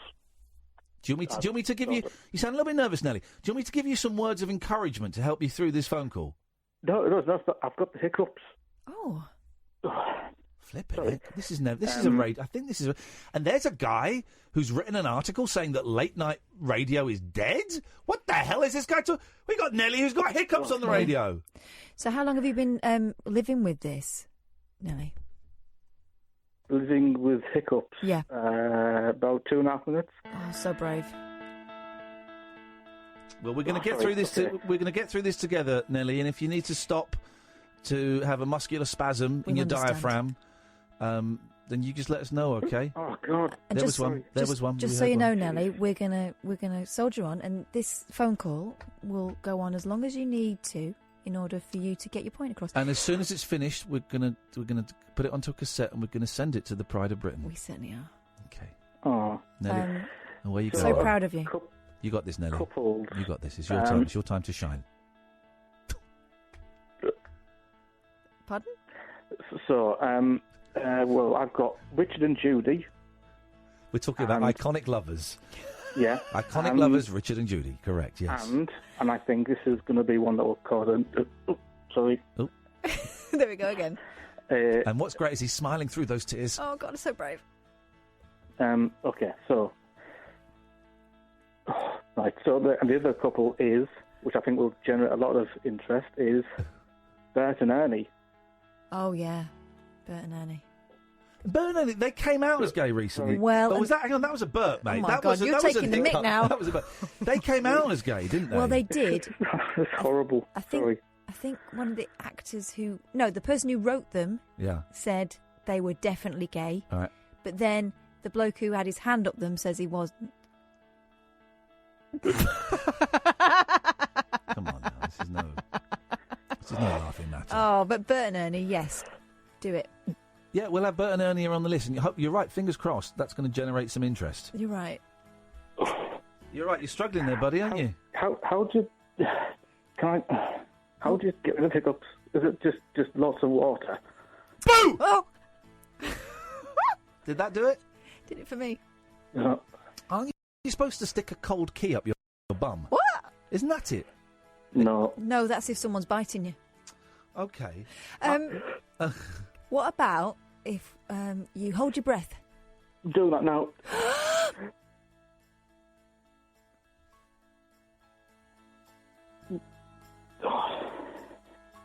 Now we wait. Has he cured it? Oh, this. I think you're done. Oh, sugar and spice. Here's It's made the thing, them bigger. Nelly, and there may never be a cure, but don't let it define you. What if I? You're a guy who just happens to hiccup. Yeah. You're not the hiccup. You're not the hiccup. You're a guy you just happen to hiccup. Own it. I think what caused me the hiccup was just having a lot of bread and butter. Just sort of that can keep me. Well, that's a very important message to pass on. Bread and butter. We have found now. Avoid it. The cause What of if I hiccups. hold my... Oh dear. Okay. Can I just put out a public service What if message? Just a second. If you've been affected by the content of this call, please give us a ring on 0344 499 1000. What if I hold my breath and drink water? Does that work? I think if you hold your breath and then you drink water through a straw up your nose whilst putting a cold key up your bum. What's the obsession with the cold key? No, because it loosens the Unlocks. muscles. Yes, unlocks. Yes. I haven't got any straws anyway, so... We'll try and drink some water. You're supposed to drink water upside down. Yeah. Boo! Ow!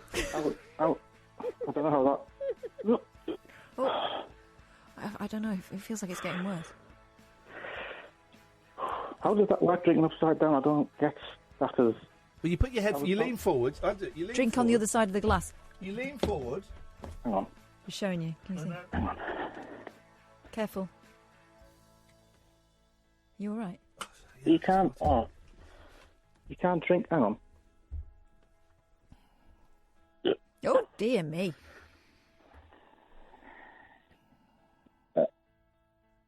So you drink it from the other side of the glass? Right. I mean, flipping it, man. Are you going to die on air, or are you just going to keep on hiccuping? Because if it's just keep hiccuping, we're going to cut you off. If you're going to actually die, I'm in. That's an award. That's another front page.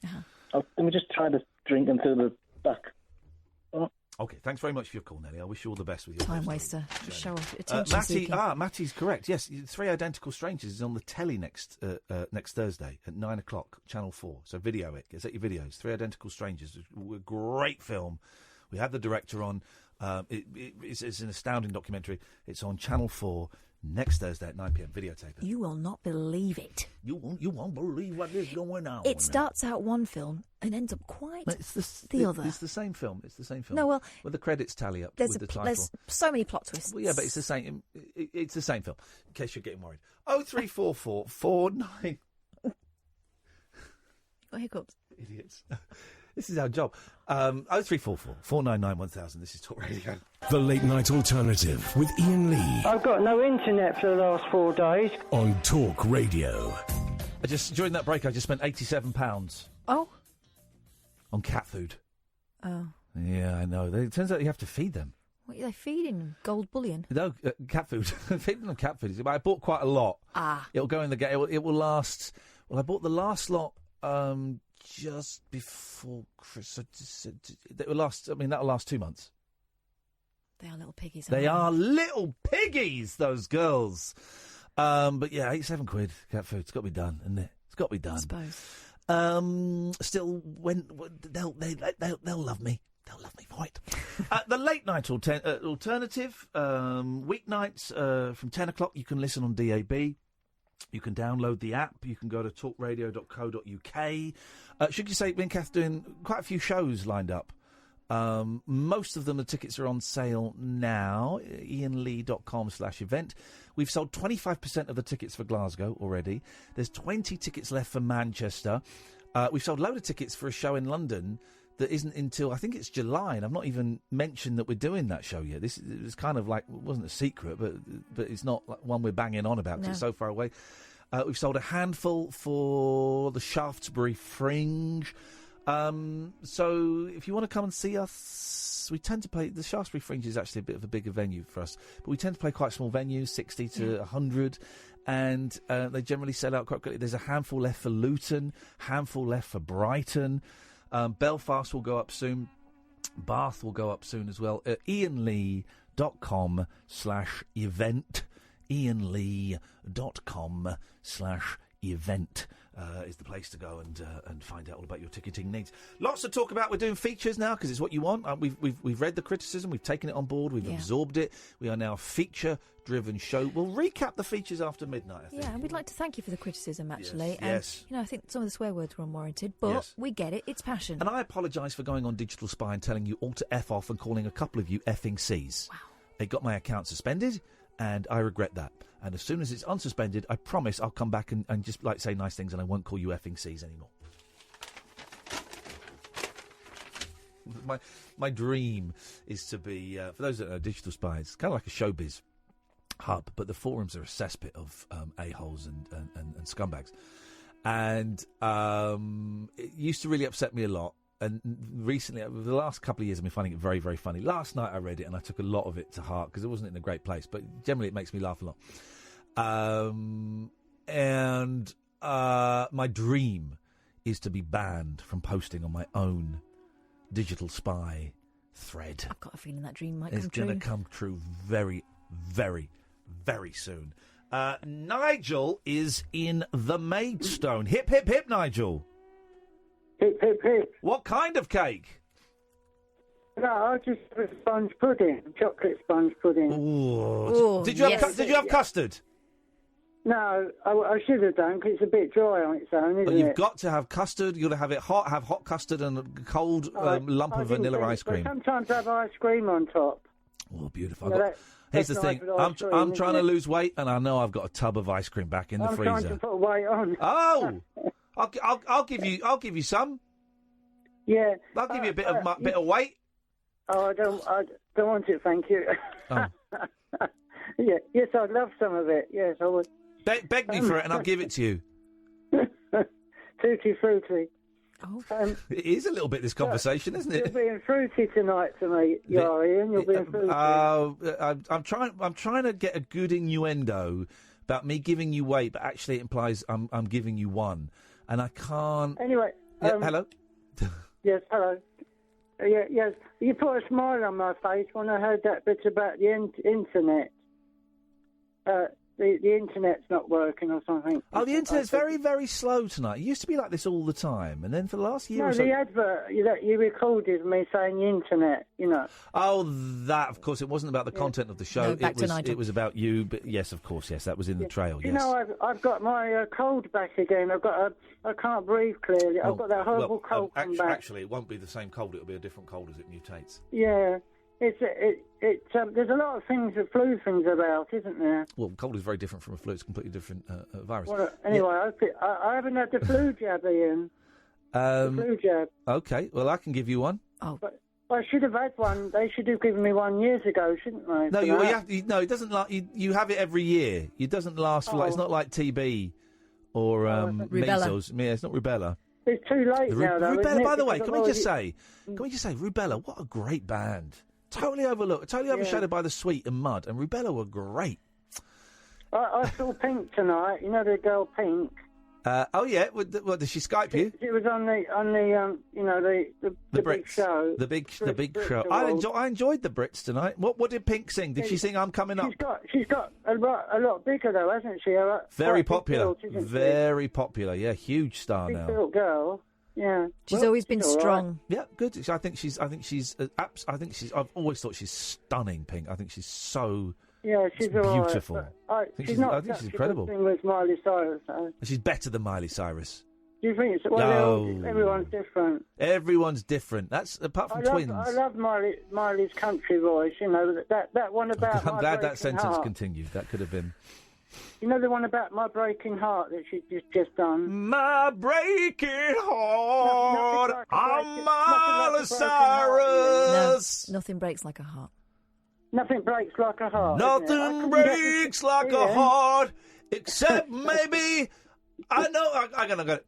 Nothing breaks like a heart, except when I do a big fart. Wow. That breaks worse than a heart, it could be argued. Yes, it does. It really does. She should know about breaky hearts. She should do, because her dad... has got an achy breaky one. Thank you very much indeed. It's almost like we write this stuff. Hello, Nigel. Yes, welcome to the show. I couldn't get the single in HMV of that, Nothing Breaks Like a Broken Heart. Because it's not 1994. No, you have to download it on iTunes. Yep. You can't buy it at all. Well, I think we pulled it once you started demanding. You thought I was holding back thousands of pounds, and so I just said, "Oh, this life's too short." I think I gave you like 90 quid or something. No, he's not talking about that. Oh, what's he talking about? He's talking about buying Miley Cyrus's disc in HMV. Okay. And you can't. Is HMV Anyway, still I going? wanted to finish off with my Lindsay Lohan song. Let's Maybe listen sing to along Nigel to finishing it. off. Oh God. We got time for the news, haven't we? We got plenty of time. Oh, my watch must be fast. Yep. My pocket watch. Anyway, so I'm a bit cheerier now. I've spoken to you, but I've been ever so down about Mum. Okay, well, let's focus. Let's focus on the cheer tonight, Nigel. Let's have a Yeah. song. Let's have a good old-fashioned Let's do this, sing-song. It's you're singing in the middle part. No, It's a I'm lovely guitar. You know the lovely guitar solo part in that one, Lindsay Lohan. Yep. So who played that guitar part? That was Kath. Really? Yeah. It's very good. She's great. It's like status quo sort of. Yeah, it was a shred. Okay, let's come on, Nigel. Let's do it. Yeah. Okay. Here we go. Here we go. 1, 2, 3, 4.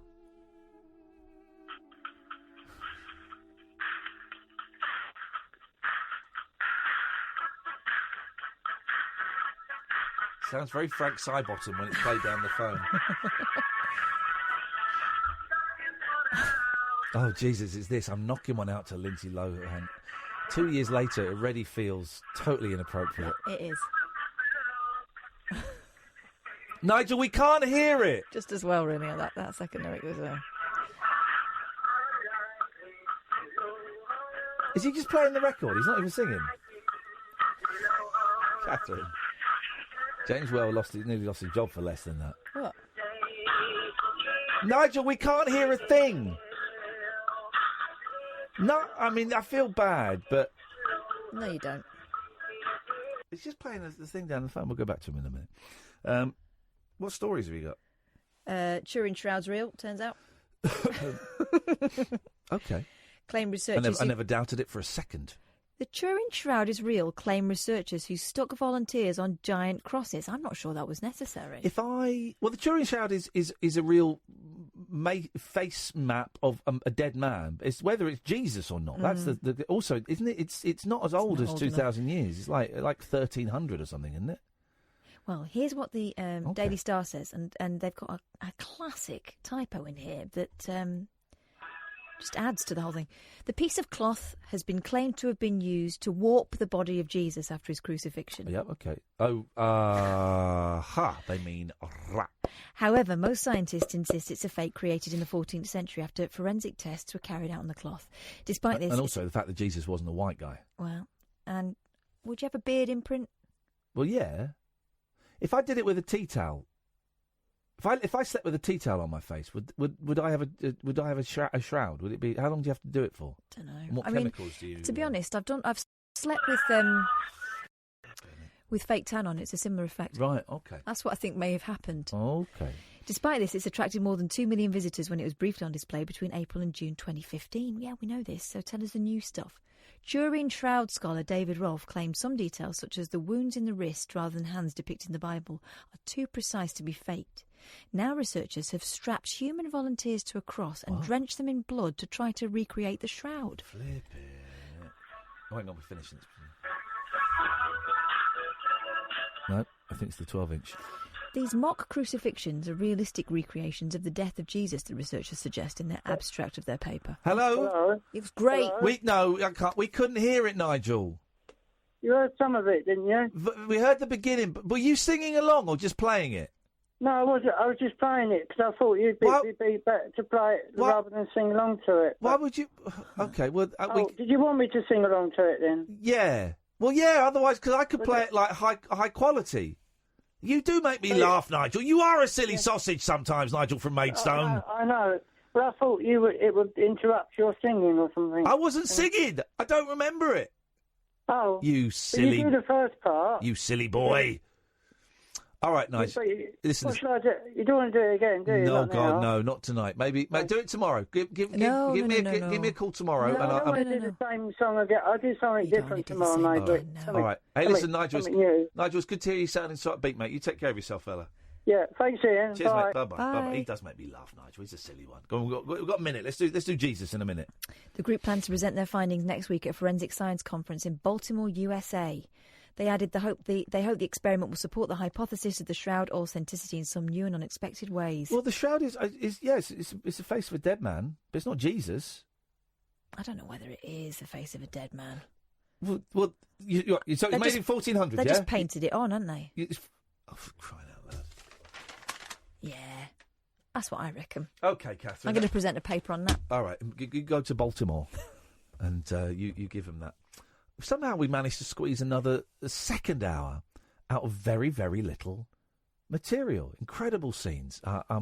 Couldn't be happier. We have another hour to go. It's the show is now feature led, thanks to you guys, and we appreciate it. We appreciate all the feedback. We've got loads of features. We will set up the stall again after midnight, and look forward to conversing with you. 0344 499 1000, the late night alternative with Ian and Kath on Talk Radio. The late night alternative with Ian Lee on Talk Radio. We have ways of making you talk.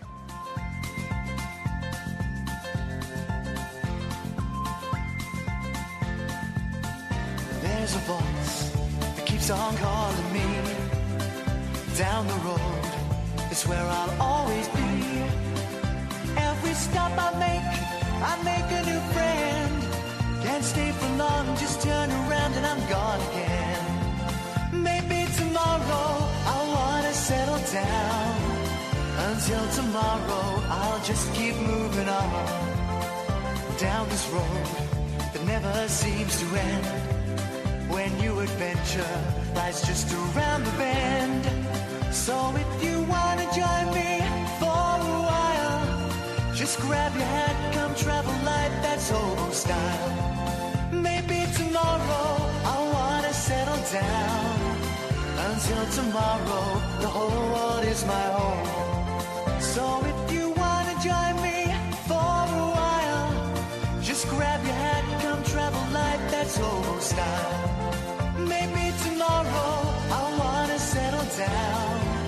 Until tomorrow, I'll just keep moving on.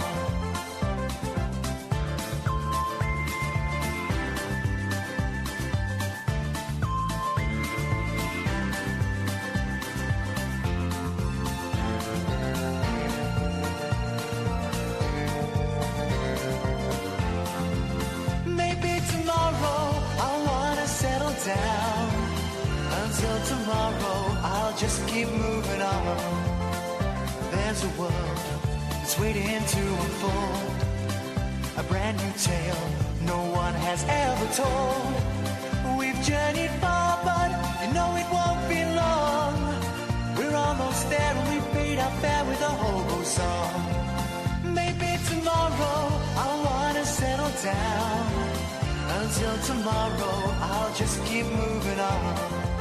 So if you wanna join me for a while, just grab your hat, come travel light, that's hobo style. Maybe tomorrow I'll find what I call home. Until tomorrow, you know I'm free to roll.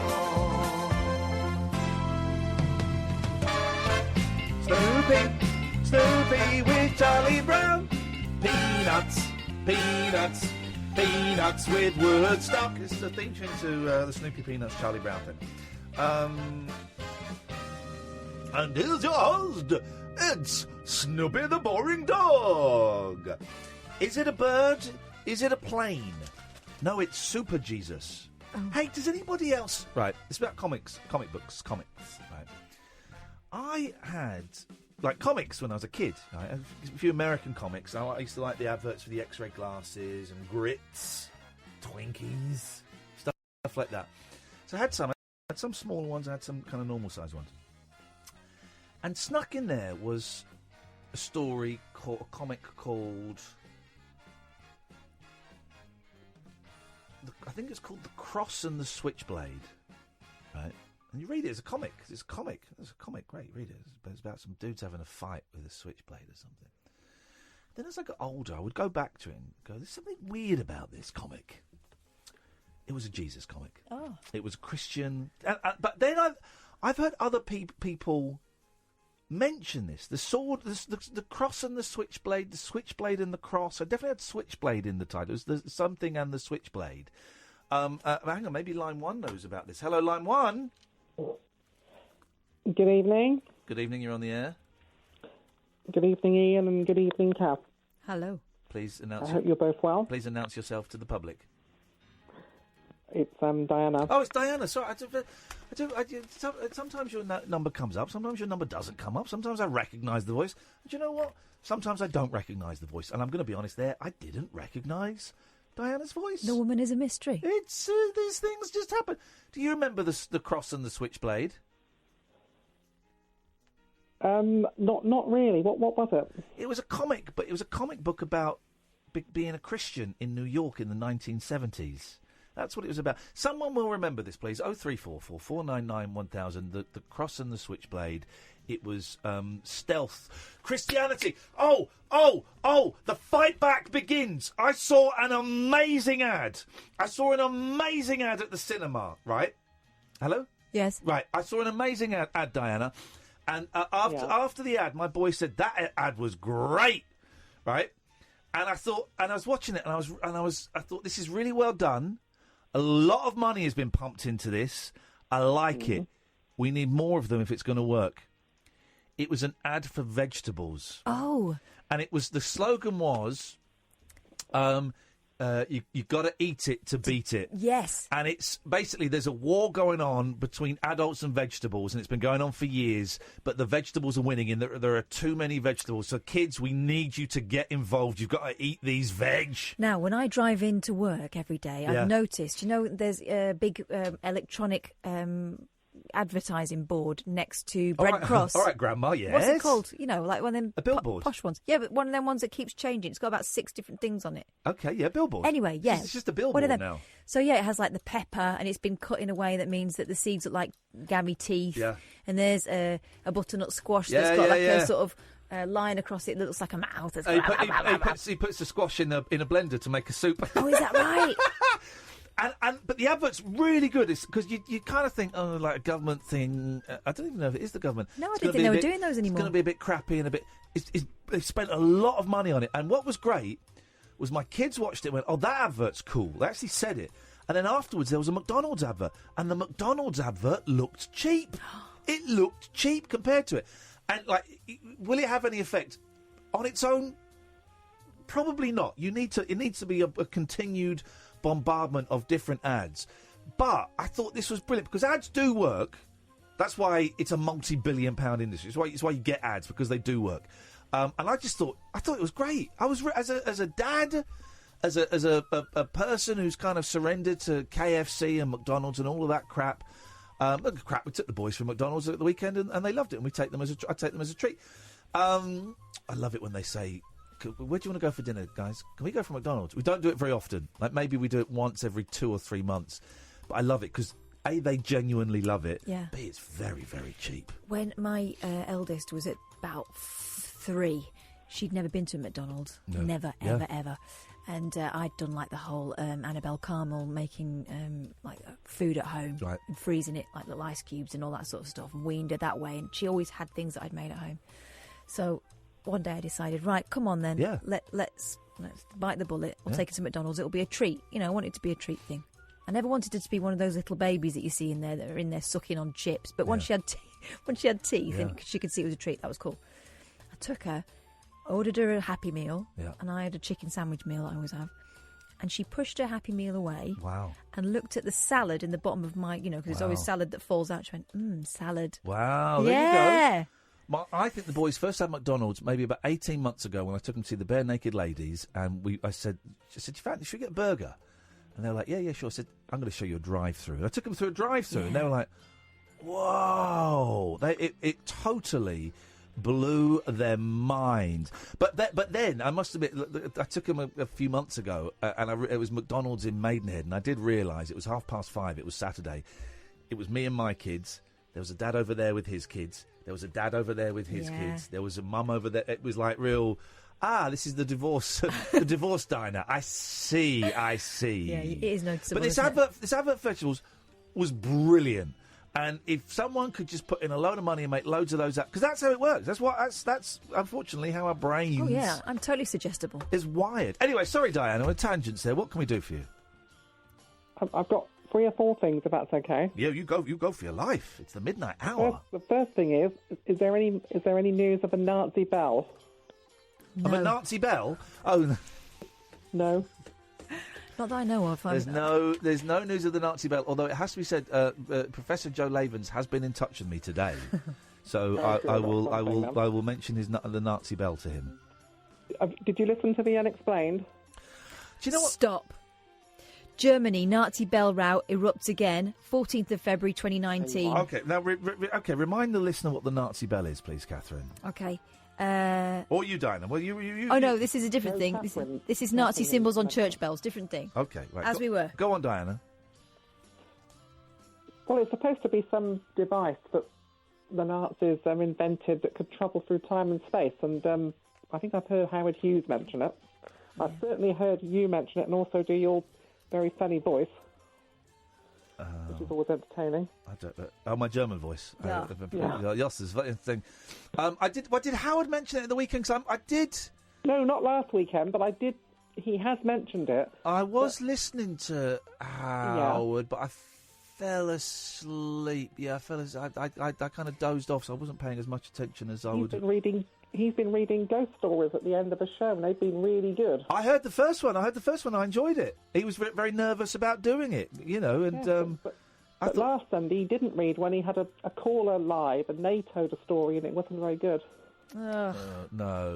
He's, but anyway, trust me, callers and stories. No, it don't work. Go on. I'm a great fan of a film called Groundhog Day. Hang on. Have you told us this before? No. We had one of the stars of Groundhog Day on the show last week. I know that. It takes a lot to make me laugh, and I was laughing when that guy... Stephen Tobolowsky, guys, if you missed it, it was an hour of... me and Kath were in hysterics, even though we'd actually heard a couple of the stories before. Just the way he tells them. It was stunning. I must send him the link for the podcast. And we're trying to persuade him to come over to the UK, and who knows? Maybe he'll come over and do a one-man show. That's what we're working on. I know who he is, because in the film he shouts over to Bill Murray, doesn't he? He knew him years ago, and it's that Groundhog Day is a brilliant film. I've not seen it for years. I'd like to see Groundhog Day. I remember going to the pictures and seeing Groundhog Day and laughing like a drain. That point that Stephen made about the fact that it's not dated because everyone's so bundled up you can't see the fashion. Exactly. Isn't that funny? I think he's right. I think that certainly is part of it. Was there how many is that? Is that 3 now? Well, 2 really. I also enjoyed it when you sakes. played the Bobby Gentry music. Yeah, love a bit of it. I'm getting into Bobby Gentry, mystery and enigma. She's a riddle. She's still alive, and she's living an anonymous life, very wealthy, anonymous property lady life. She made some great music. And the other thing I wanted to say to you was that I went into a charity shop and bought some DVDs. Yes. And one of the DVDs I bought was an old television series, which I think is called Monkey. Oh, Monkey Magic! Oh, Pixie! I used to love that show so much. Here's the thing. Watching them is great. First one you're going to love. Second one, it's quite good. Third one, you'll stop about 15 minutes into and go, I'll come back to that. And you never will. They reissued them. You'd be interested in that. Didn't they? Sort of in the 1990s. I had a most video. of them on VHS, Yeah, I had a video. And I bought the first one thinking I'll collect the lot. Yeah. I was all right after the first one. There's some great... my favourite one is where Sandy and Pigsy drink the water of fertility and get pregnant. That's my favourite one. And there's also a great one. There's also a great one where Monkey he lands on Buddha's hand. It's the first one. And Buddha says, "Look, if you can fly off my hand, right, I'll set you free." He goes, "Yeah, no problem. So he flies for like days and days and days and days, and he finds a tree after for about a week flying, and he goes and he writes on the tree, "Monkey was here," and he does a wee on it. And he goes, that'll teach her. And then Buddha because Buddha can be a man or woman. Buddha looks down and goes, yeah, actually, that's my hand. And Buddha just made his stroke her hand huge, infinite. It was good. I tell you what's good, the book of it, because it's a proper Chinese. It's a Chinese legend, but it was made in Japan. Isn't that weird? But the actual book of Monkey is it's great. It's a great book. you know. I've got a lot of martial art. I'm not an expert on martial art films, but I've got a lot of martial art films which I've picked up second-hand. Oh, yeah, what martial arts stuff you got? Because I am an expert on karate. 2 or 3 Bruce Lee ones, and I can't tell you the other ones, but... This is it's a secret. Okay, it's classified information. I get that.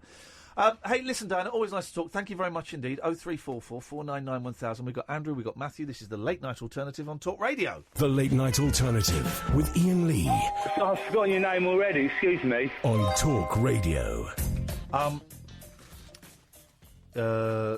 Comic giant DC. Stay there, Andrew and Matthew. We'll get to you in a minute, I promise. Comic giant DC has been blasted after its latest book featured Jesus as a superhero sidekick. The firm has cancelled comedy series Second Coming,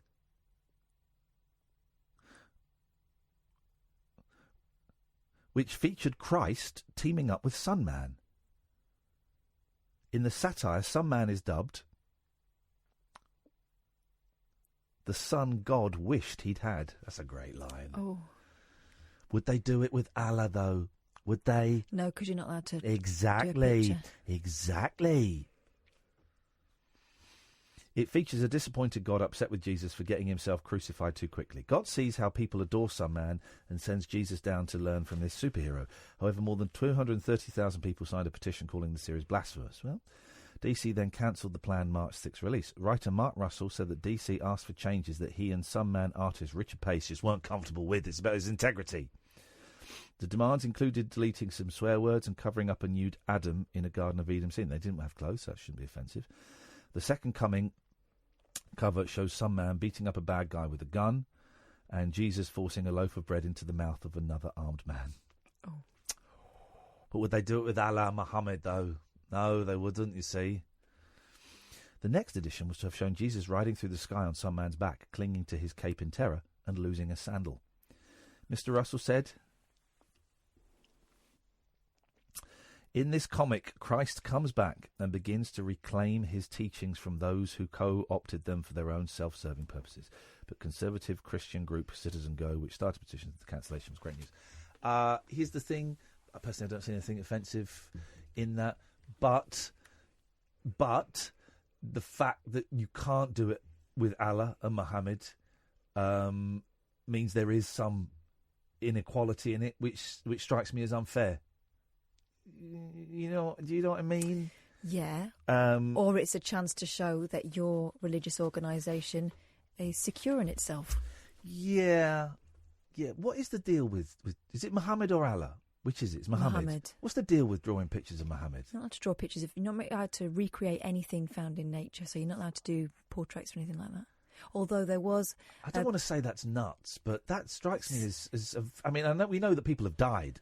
You know, the Charlie Hebdo, of course, was a big thing. But people have died because they've drawn pictures of Muhammad. But there was a tradition where you were allowed to have portraits and things like that. Okay.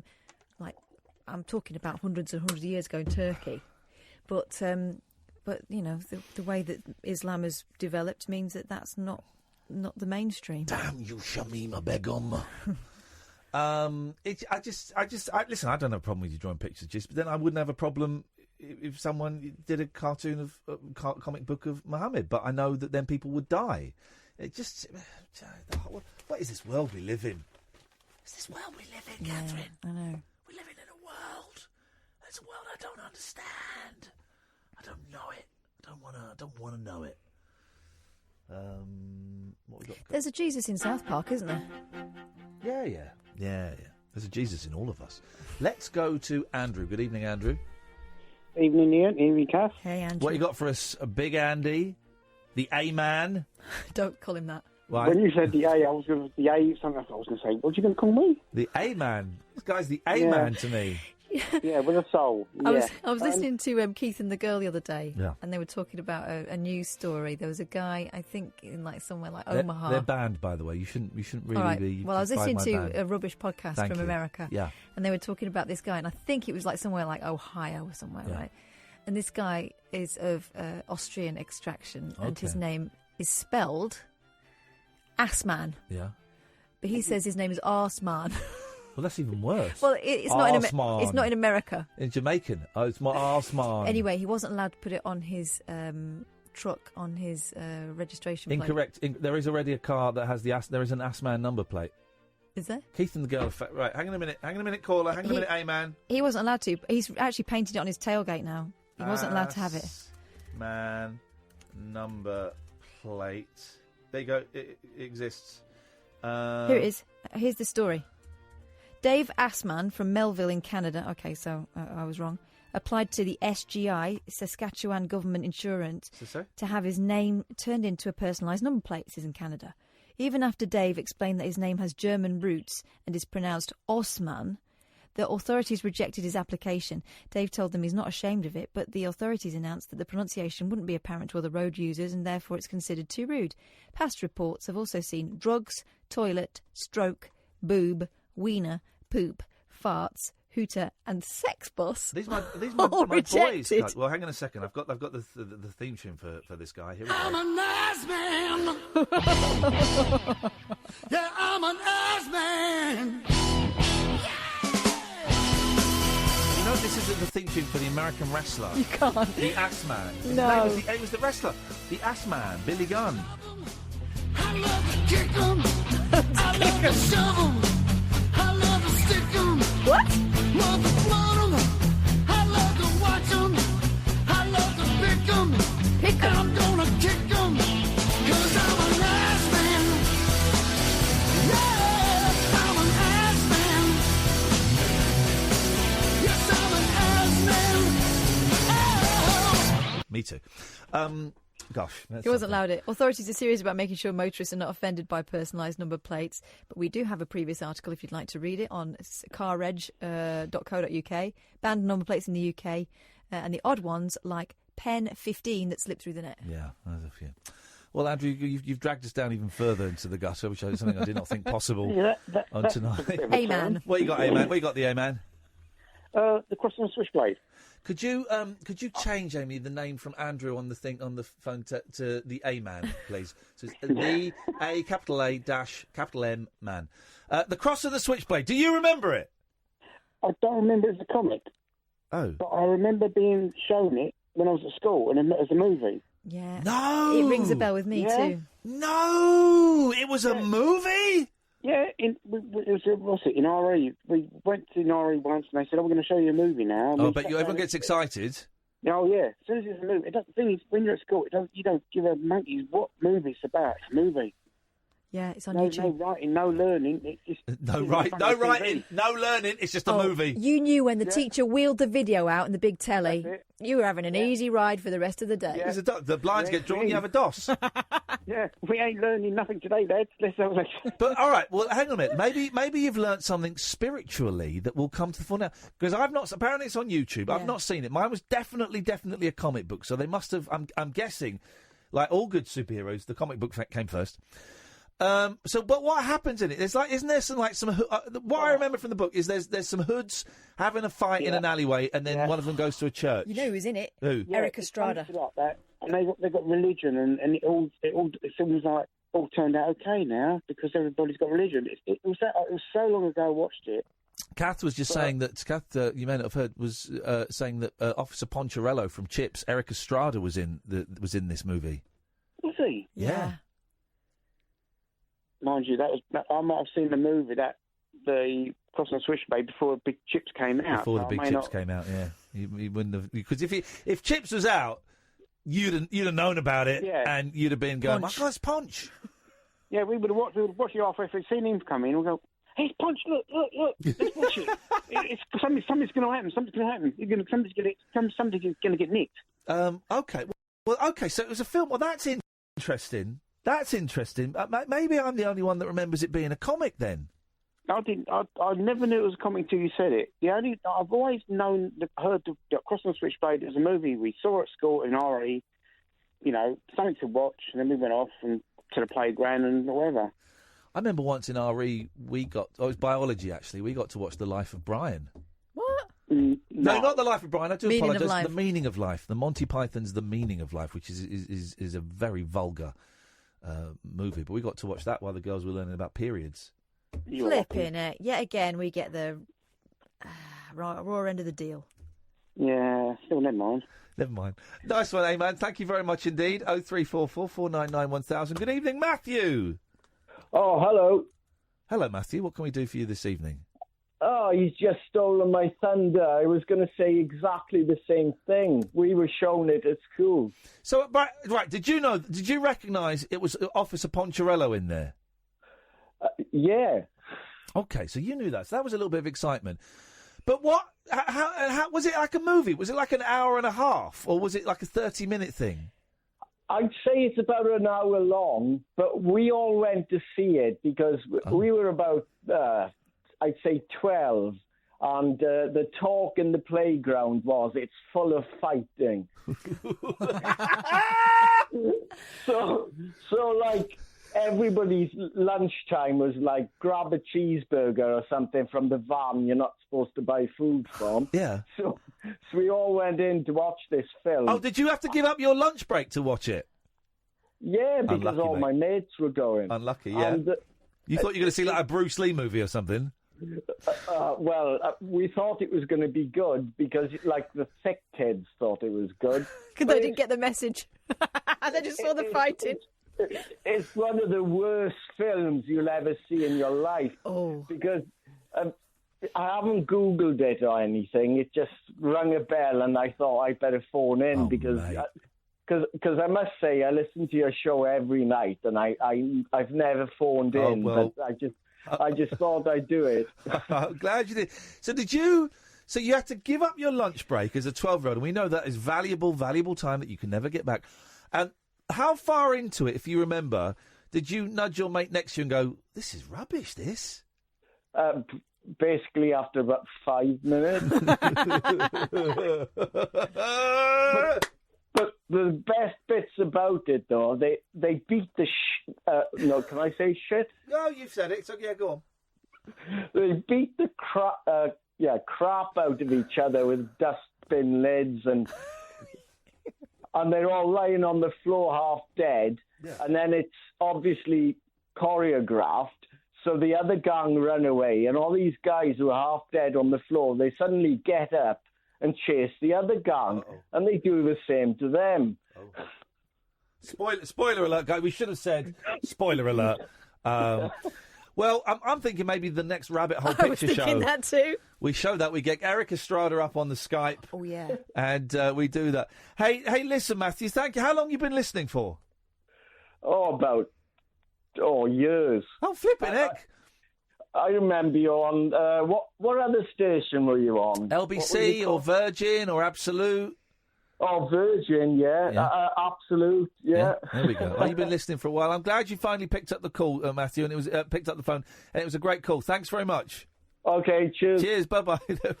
The word on the playground was it was full of great fights. That is brilliant.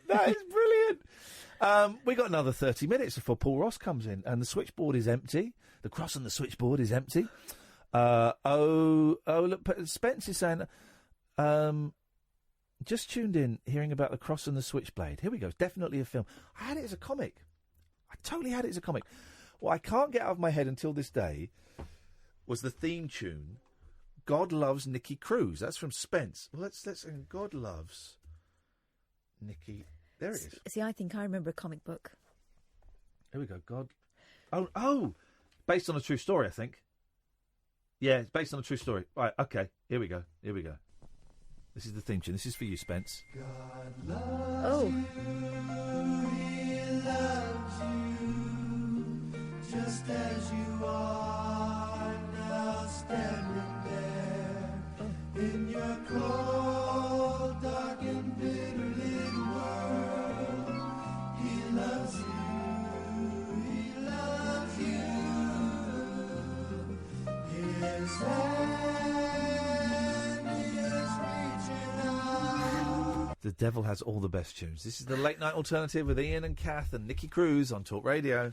Set free your mind. Let your fancy take flight. Conversation gets curiouser by the glow of moonlight. The Late Night Alternative with Iain Lee on Talk Radio. Okay, exciting news, right? Let me just sign into something. So Bros, March the 2nd, we're screening the Bros documentary. And I just need to check, see if I need to do anything. Hang on, guys. Okay. It's sold out. Yeah. Right, we know it's sold out. It's sold out for a while. I've just had an email from the venue, 2 North Down. They've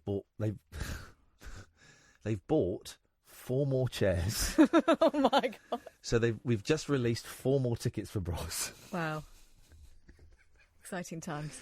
So if you want, it had sold out, but there are 4 more tickets. Yeah, so they've if you got the emergency chairs out. If you go to iainlee.com/event, click on Bros. It says sold out on my website because I can't be bothered to go in there now and change it. You go to Bros and you click on there. There are 4 more seats left. It should be enough. We might show one of the DVD extras as the B movie. I don't know. I need to have a little look, see what's on there. And we got the producer coming for a Q&A afterwards. Me and Kath are going to sing. Oh, we should say as well. We always do like a little prize for dressing up, and we did. No one dressed up for Bill and Ted. No one put bras on their heads. Bill and Ted. Weird Science. I'm only thinking Bill and Ted because I watched the thing with Alex Winters and Keanu Reeves the other day. Can't wait for Bill and Ted 3. Oh, I love that so much. Oh, I cannot wait for Bill your and Ted sister 3. came with a bra on her head. Yeah, but she does that anyway because she's got tits on her head. I told you not to kind of bring that up, but that was the only event she could go to without feeling weird. But no one else did. So we have a bottle of wine, a couple of CDs, a couple of books. We could give away a couple of prizes. Fun times ahead. Yeah. So if you want the 4 tickets, I'd get on there, guys. Do you know what I'm thinking for the B movie? Maybe we play the Craig Logan bit That's because everyone's asking about him, aren't they? That's what I'm thinking. That's what I am thinking. I will watch it first to see if it fits in to the plan. 0344 499 1000 is the phone number. It's a good phone number. Use it. Cleo! You all right, buddy? How are you doing? We've only got 26 minutes left, and that normally you haven't even got started by then. What you got for us, man?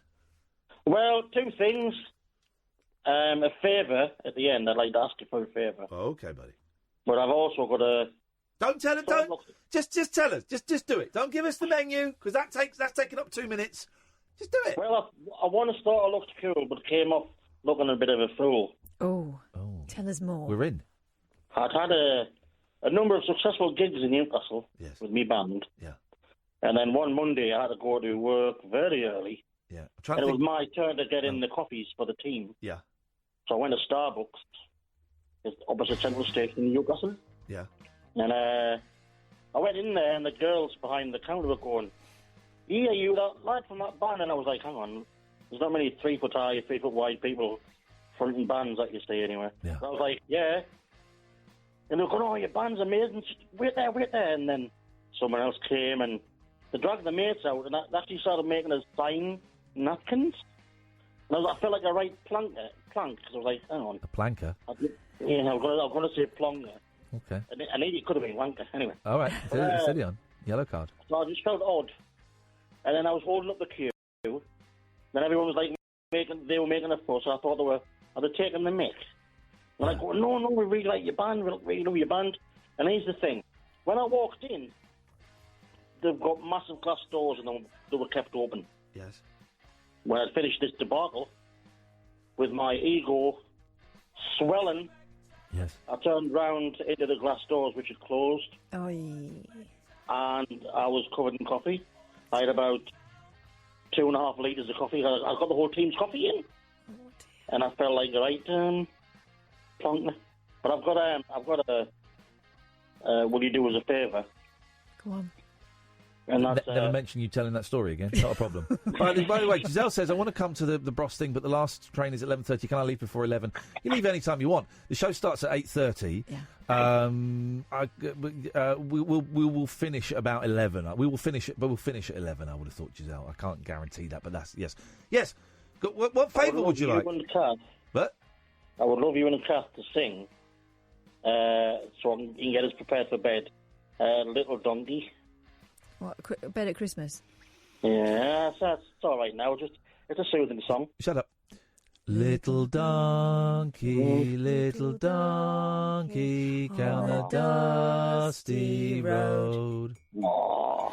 Little sheep on plodding onwards, then you drop your load. Ring out those bells tonight.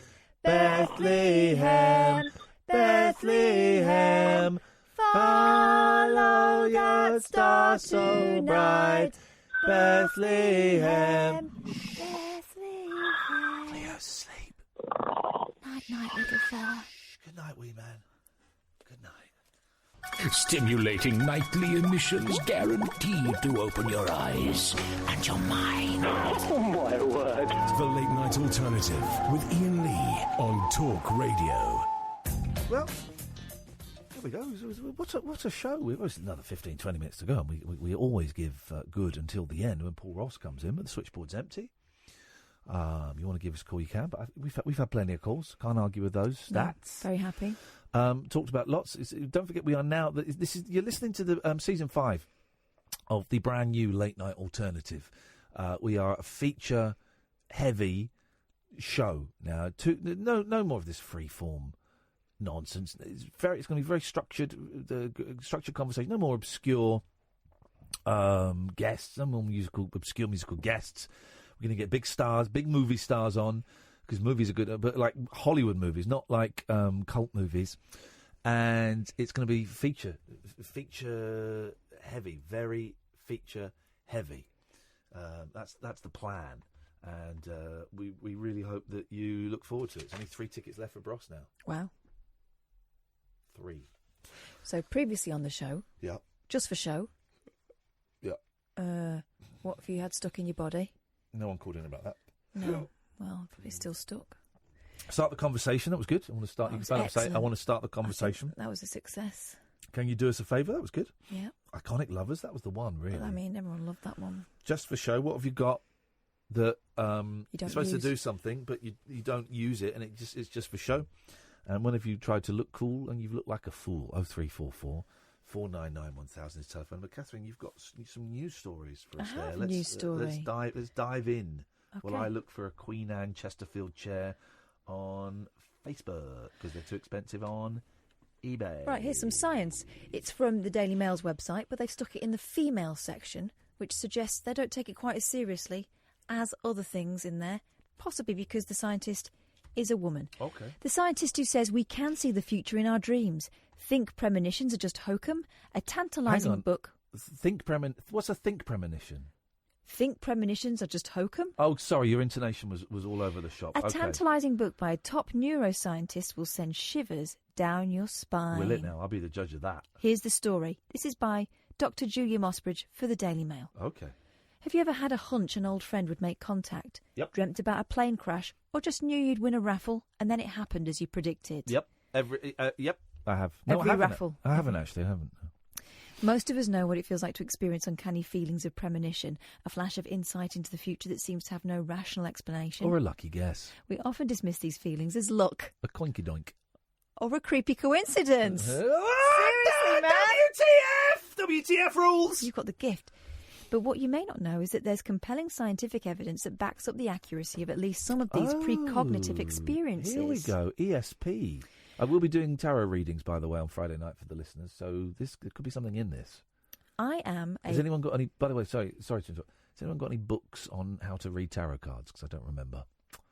You could probably Google it, mate. Continuez-vous, s'il vous plaît, mademoiselle. This is written by Dr. Julia Mossbridge for the Daily Mail. Okay.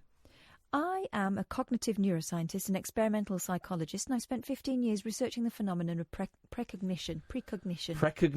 Oh, dear mate, that went out on radio. Precognition. Precognition? And I know how vital precognition can be. But precognition? Yeah, that's what I was saying. Because I believe it saved my life. Precognition is what she's saying. Stop it, pervert. I know how vital precognition can be. Precognitive. Why are you saying it like that, mate? Because it's precognitive powers, whatevs. precognition. Because I believe it saved my life, or at least spared my family and me from serious injury. 6 years ago, I was living with my son, then aged 13, and my partner, who was dying from a lung disease and needed oxygen to help with breathing. Flipping heck. My kids have started singing an R. Kelly song. What do I do? Ignore it. They've made it funny. Oh, God, what? They go, I believe I can fly like a... Hang on, do it again. I believe I can fly like a chicken in the sky, but chickens can't fly, so I believe I will die. They can fly a bit. They flap, don't they? So my boys aren't going to die? Probably not. Beautiful. Be right. Continue, s'il vous plaît, mademoiselle. One evening, I became preoccupied with checking that my son had locked his bike away in the garage. I was so concerned that I started yelling at him, which was out of character for me. Eventually, frustrated, I marched outside myself. To my relief, the lock was secure. But on the way back, I noticed the electrical meter on the back of the house was on fire. Holy moly, SH1T. This is serious. There was no smoke or sound, just a slowly building fire. On the other side of the wall from the flames was my boyfriend's oxygen tank, which may have caused a massive explosion if it had been ignited. Is this a dream? This is the scientist telling you what happened to her in her life. Well, what was there a dream of this? We're talking about precognition. So hang on, I'm in confused. general. But did she precognize this then? No, then she started studying it. I realised my inescapable urge to go and check the garage door hadn't been because of the risk of break-in, but because of the danger the fire posed. That's a bit of a leap, isn't it? Hang on a minute. So she saw a fire, but she didn't predict the fire? No. So what's this got to do with precognition? Exactly. I'm going to skim down. Here we go. What? It left me This fascinated. woman's just it sounds like an arsonist. I'm sure she's not for legal reasons. It left me fascinated by the way future events can be predicted by our minds and bodies, even though we don't know it. So much so, it's now my main research area. It's a passion. In many ways, precognition makes logical sense. After all, predicting the future is an essential function of the human nervous system. Again, I don't know whether that's woman. True. This is why it's in the female section, because it's bollocks. Well, surely it shouldn't be bollocks in the female section. Oh, okay. For example, if we hear a dog bark loudly when we're out walking, it's not precognitive, but we still predict we may see a dog around the corner. That's not the same thing. Come on. That doesn't make sense. In early human times, the ability to make such predictions quickly may have meant the difference between life and death, or being licked by a dog. So is it such a stretch to think that there may be a way we could somehow prepare for important imminent events by activating the nervous system before they actually happen? That's what my research aims to discover. Blah, blah, blah, blah, blah. In answer, our research concluded, yes, when you add all these experiments together, it became clear the human body goes through changes in advance of future important events, alerting our non-conscious minds seconds earlier to what's likely to happen. Well, that's true, because as we know, dogs can predict earthquakes. And they know when you're coming home. Yeah, okay, why not? They can predict things. They know things. So they're now. What are they Can't feeling? they hear low rumbles? That was my nickname at school. How did you know that? How did you know that? I've never told you that. Just a hunch. They can. Well, can they? Well, okay. Well, all right then. Well, Vibrations. All right. Well, how can a dog? Okay. But I mean actual vibrations, not vibes. How can a dog know when someone is going to have an epileptic fit? They probably. Let me finish. Before they have the fit by quite some considerable way. Well, not all dogs can, but some are. Some dogs can. Not all humans can speak to the dead, but some can. No, they can't. So I reckon they kick out a stink. Here's the thing. We've just established dogs are psychic. They can predict hurricanes, they can predict earthquakes, and they can predict cancers, and they can predict bombs, and they can predict epileptic fits, seizures, if you will.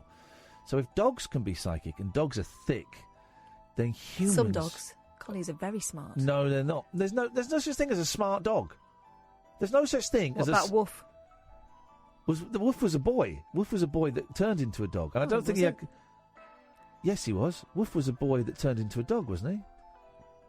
Played by a dog. No, but Woof was a boy. What? Woof was a boy. Have I got this right about Woof? We are doing old kids' TV shows. Woof was a boy that could turn into a dog. That was the story of Woof. How come he had clothes on when he came back? Well, magic. He's turning into a flipping dog. Surely it should be how come he could turn into a dog? All right. And did he lick his own balls? Here we go. Here's another one then. Clever dog. Good dog. Sorry, what? Shep. Shep. He wasn't a good dog. He was always get down, Shep. Got down though, didn't he? Yeah, unfortunately, yes, he did. And I remember when John Noakes cried on TV. I remember that too. Oh, it's funny. Oh, do you remember Goldie? Stoke City was the guy. Derby County was the guy who used to own him. Simon Green. Is it true He's that a Nick farmer now. Is it true that Nick Hancock sells mortgages now? Yeah. I heard that from someone, that Nick Hancock, former host of They Think It's All Over, gave up showbiz. He's like, like people who have what could be considered dull jobs, their ambition is often to be an entertainer or a comedian. Well, his was the other way around. He was a comedian. He really wanted I've to met sell. Nick Hancock. He's slightly arch, but nice. Mm-hmm. I didn't like him when I did They Think It's All Over, but I did met him on something else, and he was very charming, actually. His ambition was to work in the financial advisor industry and sell mortgages. This is what I've heard. And I heard this a couple of years ago, and every now and then it just pops up in my head, and I think, I wonder if that's true. I've never Googled it. I wonder if that's true. And then I think, well, I've not seen him or heard anything. Paul Ross or no? Paul Ross. I bet he knows Paul, him. come in. Does Nick Hancock sell mortgages now? I've heard something along those lines, but I think it's one of the great Marie Celeste mysteries of showbiz. Yeah. What he's actually doing. Because he was... Book him on the show tomorrow night. Let's get him on. Well, let's tell him we want to talk about mortgages and see if he turns up. Because he was big, and I think he just had enough of it. Well, he devised Room 101, didn't he? That was his radio format originally. Did he devise and it? he took it to BBC Two. Oh. It's still going, slightly diluted with Frank Skinner, isn't it? But it was his idea. So he'd probably still be getting a few quid for it, unless he sold the... Who knows with the way the BBC works. And he was good on I Think It's All Over, wasn't he? It was good fun and all that stuff. And apart from the episode I was on, it was the 2 episodes I was on. It was horrible. I hated it. You agreed to do They Think It's All Over. You're in sport. No, I'll tell you why. Because I just started doing the 11 o'clock show. Saying that I did it once, so I need the shilling as well. I did it twice, because Harry Thompson, who produced the 11 o'clock show... A blessed memory. Yeah. And he did They Think It's All Over, and he persuaded me to do it. And I was like, I don't know sports. He said, no, come on, do it. We'll look after you. And they didn't. They were arseholes. And then he persuaded me to do it again, and it was even worse. Oh, it was horrendous. You wrote a very good book. I can't remember the exact title, about the man who was the captain of the ship that Darwin sailed on. Oh. Harry Thompson. A brilliant book. He wrote... The name will come back I to me. know. This Heart of Darkness, I don't know, something... He also wrote... But the guy that was he based on? Yeah. Was that the one that inspired Star Trek? Sort of, yeah. There was an element of that as well. Was it called the Endeavour? The ship? No, it was the Beagle that Darwin sailed on. Oh, I'm thinking of the wrong thing. He also wrote an excellent biography of Peter Cook. Of course he did. And he was an expert on Tintin, wasn't he? I don't know that. I had some great conversation. I didn't know him that well, but he gave me my first proper job on telly, and when no one else in the Channel 4 wanted me, he said, "No, I want this guy. This guy's in." And even then, his plan was to get you on They Think It's All Over. That was it. For 2 episodes. He was playing the long game. His editing, he had a great editing technique. Someone told me his editing technique for TV was he didn't give a damn about the pictures. He would edit the audio. He came from radio, so he would edit the audio as though it was a radio show. Yeah. He said that was the audio was the thing. And then he'd worry about the pictures afterwards. You can paper over any crack. That's the way to do it. So he would listen to it. He would listen to it and edit the show so it was a funny 30-minute show. And then he'd go, right, now we'll sort the pictures out to go with it. Incredible. It was brilliant. I used to go out with Victoria Corrin. There we go. All this showbiz. Anyway, Paul. You know all that, but you don't know what's happened to Nick Hancock. No idea where Nick Hancock is. I hope he's happy, and I hope he's having Let's a wonderful hope his time. home is not a risk, though, if he does not keep up with payments. He Always read the label. He guest presented on Signal 1 a couple of years ago. There we go. Well, that doesn't bring us much closer. That's tomorrow. But I mean, you're saying he's still got a toe in the game, then? Yeah. Okay, interesting. Okay, well let's hunt Nick Hancock. That's tomorrow's show. Let's hunt Nick Hancock. Well, you're not in tomorrow. Well, I know. I'm telling you what to do on your show tomorrow. You're going to. Where are you tomorrow then? You're not doing They Think It's All Over with nobody else in the studio but you. We live in the glory days. I have. He's doing a Eamon Holmes. Now that's disrespectful. Come on, guys. Come on now. What do you mean, part-time Percy? Yeah. Oh, you wetting your beak? There we go.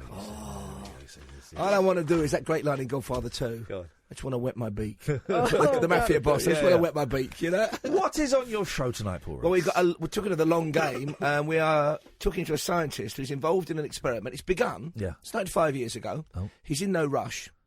It's going to last 500 years. Oh. He's sealed a box, which will be opened every 25 years in the Natural History Museum, one in Edinburgh. Oh, and it's got microbes in it and organic matter. Yeah. And he wants to see how long microbes live because he believes that some microbes will be self-regenerating and may last into infinity. So every 25 years, for the next 500 years, some boffin will pop the catches, gloves on, all the gear, mask on, open it, check if the microbes are in there, leave a note. He's even left instructions if English, it's in English, alters. He said, please, edit this, alter it, because we need to know the language of the future.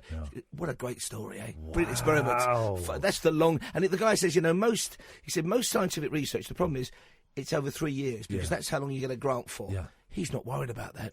It's his gift to the future. It's his gift to the future. He's top professor. He's bought himself immortality, that fella. In a way, he has. Circles. And he's also said, can you try and encourage his students? Yeah. He said, can you encourage your children or your children's children to maybe re-enter the world? It's called astrobiology. Yeah. Because they may have a link to it, and you may say, remember that thing great-great-great-great-granddad did? We could have a look at that box. This is like the slow version of 7 Up. The TV series. Yes, the great TV show. It's coming. I think this year it's back again.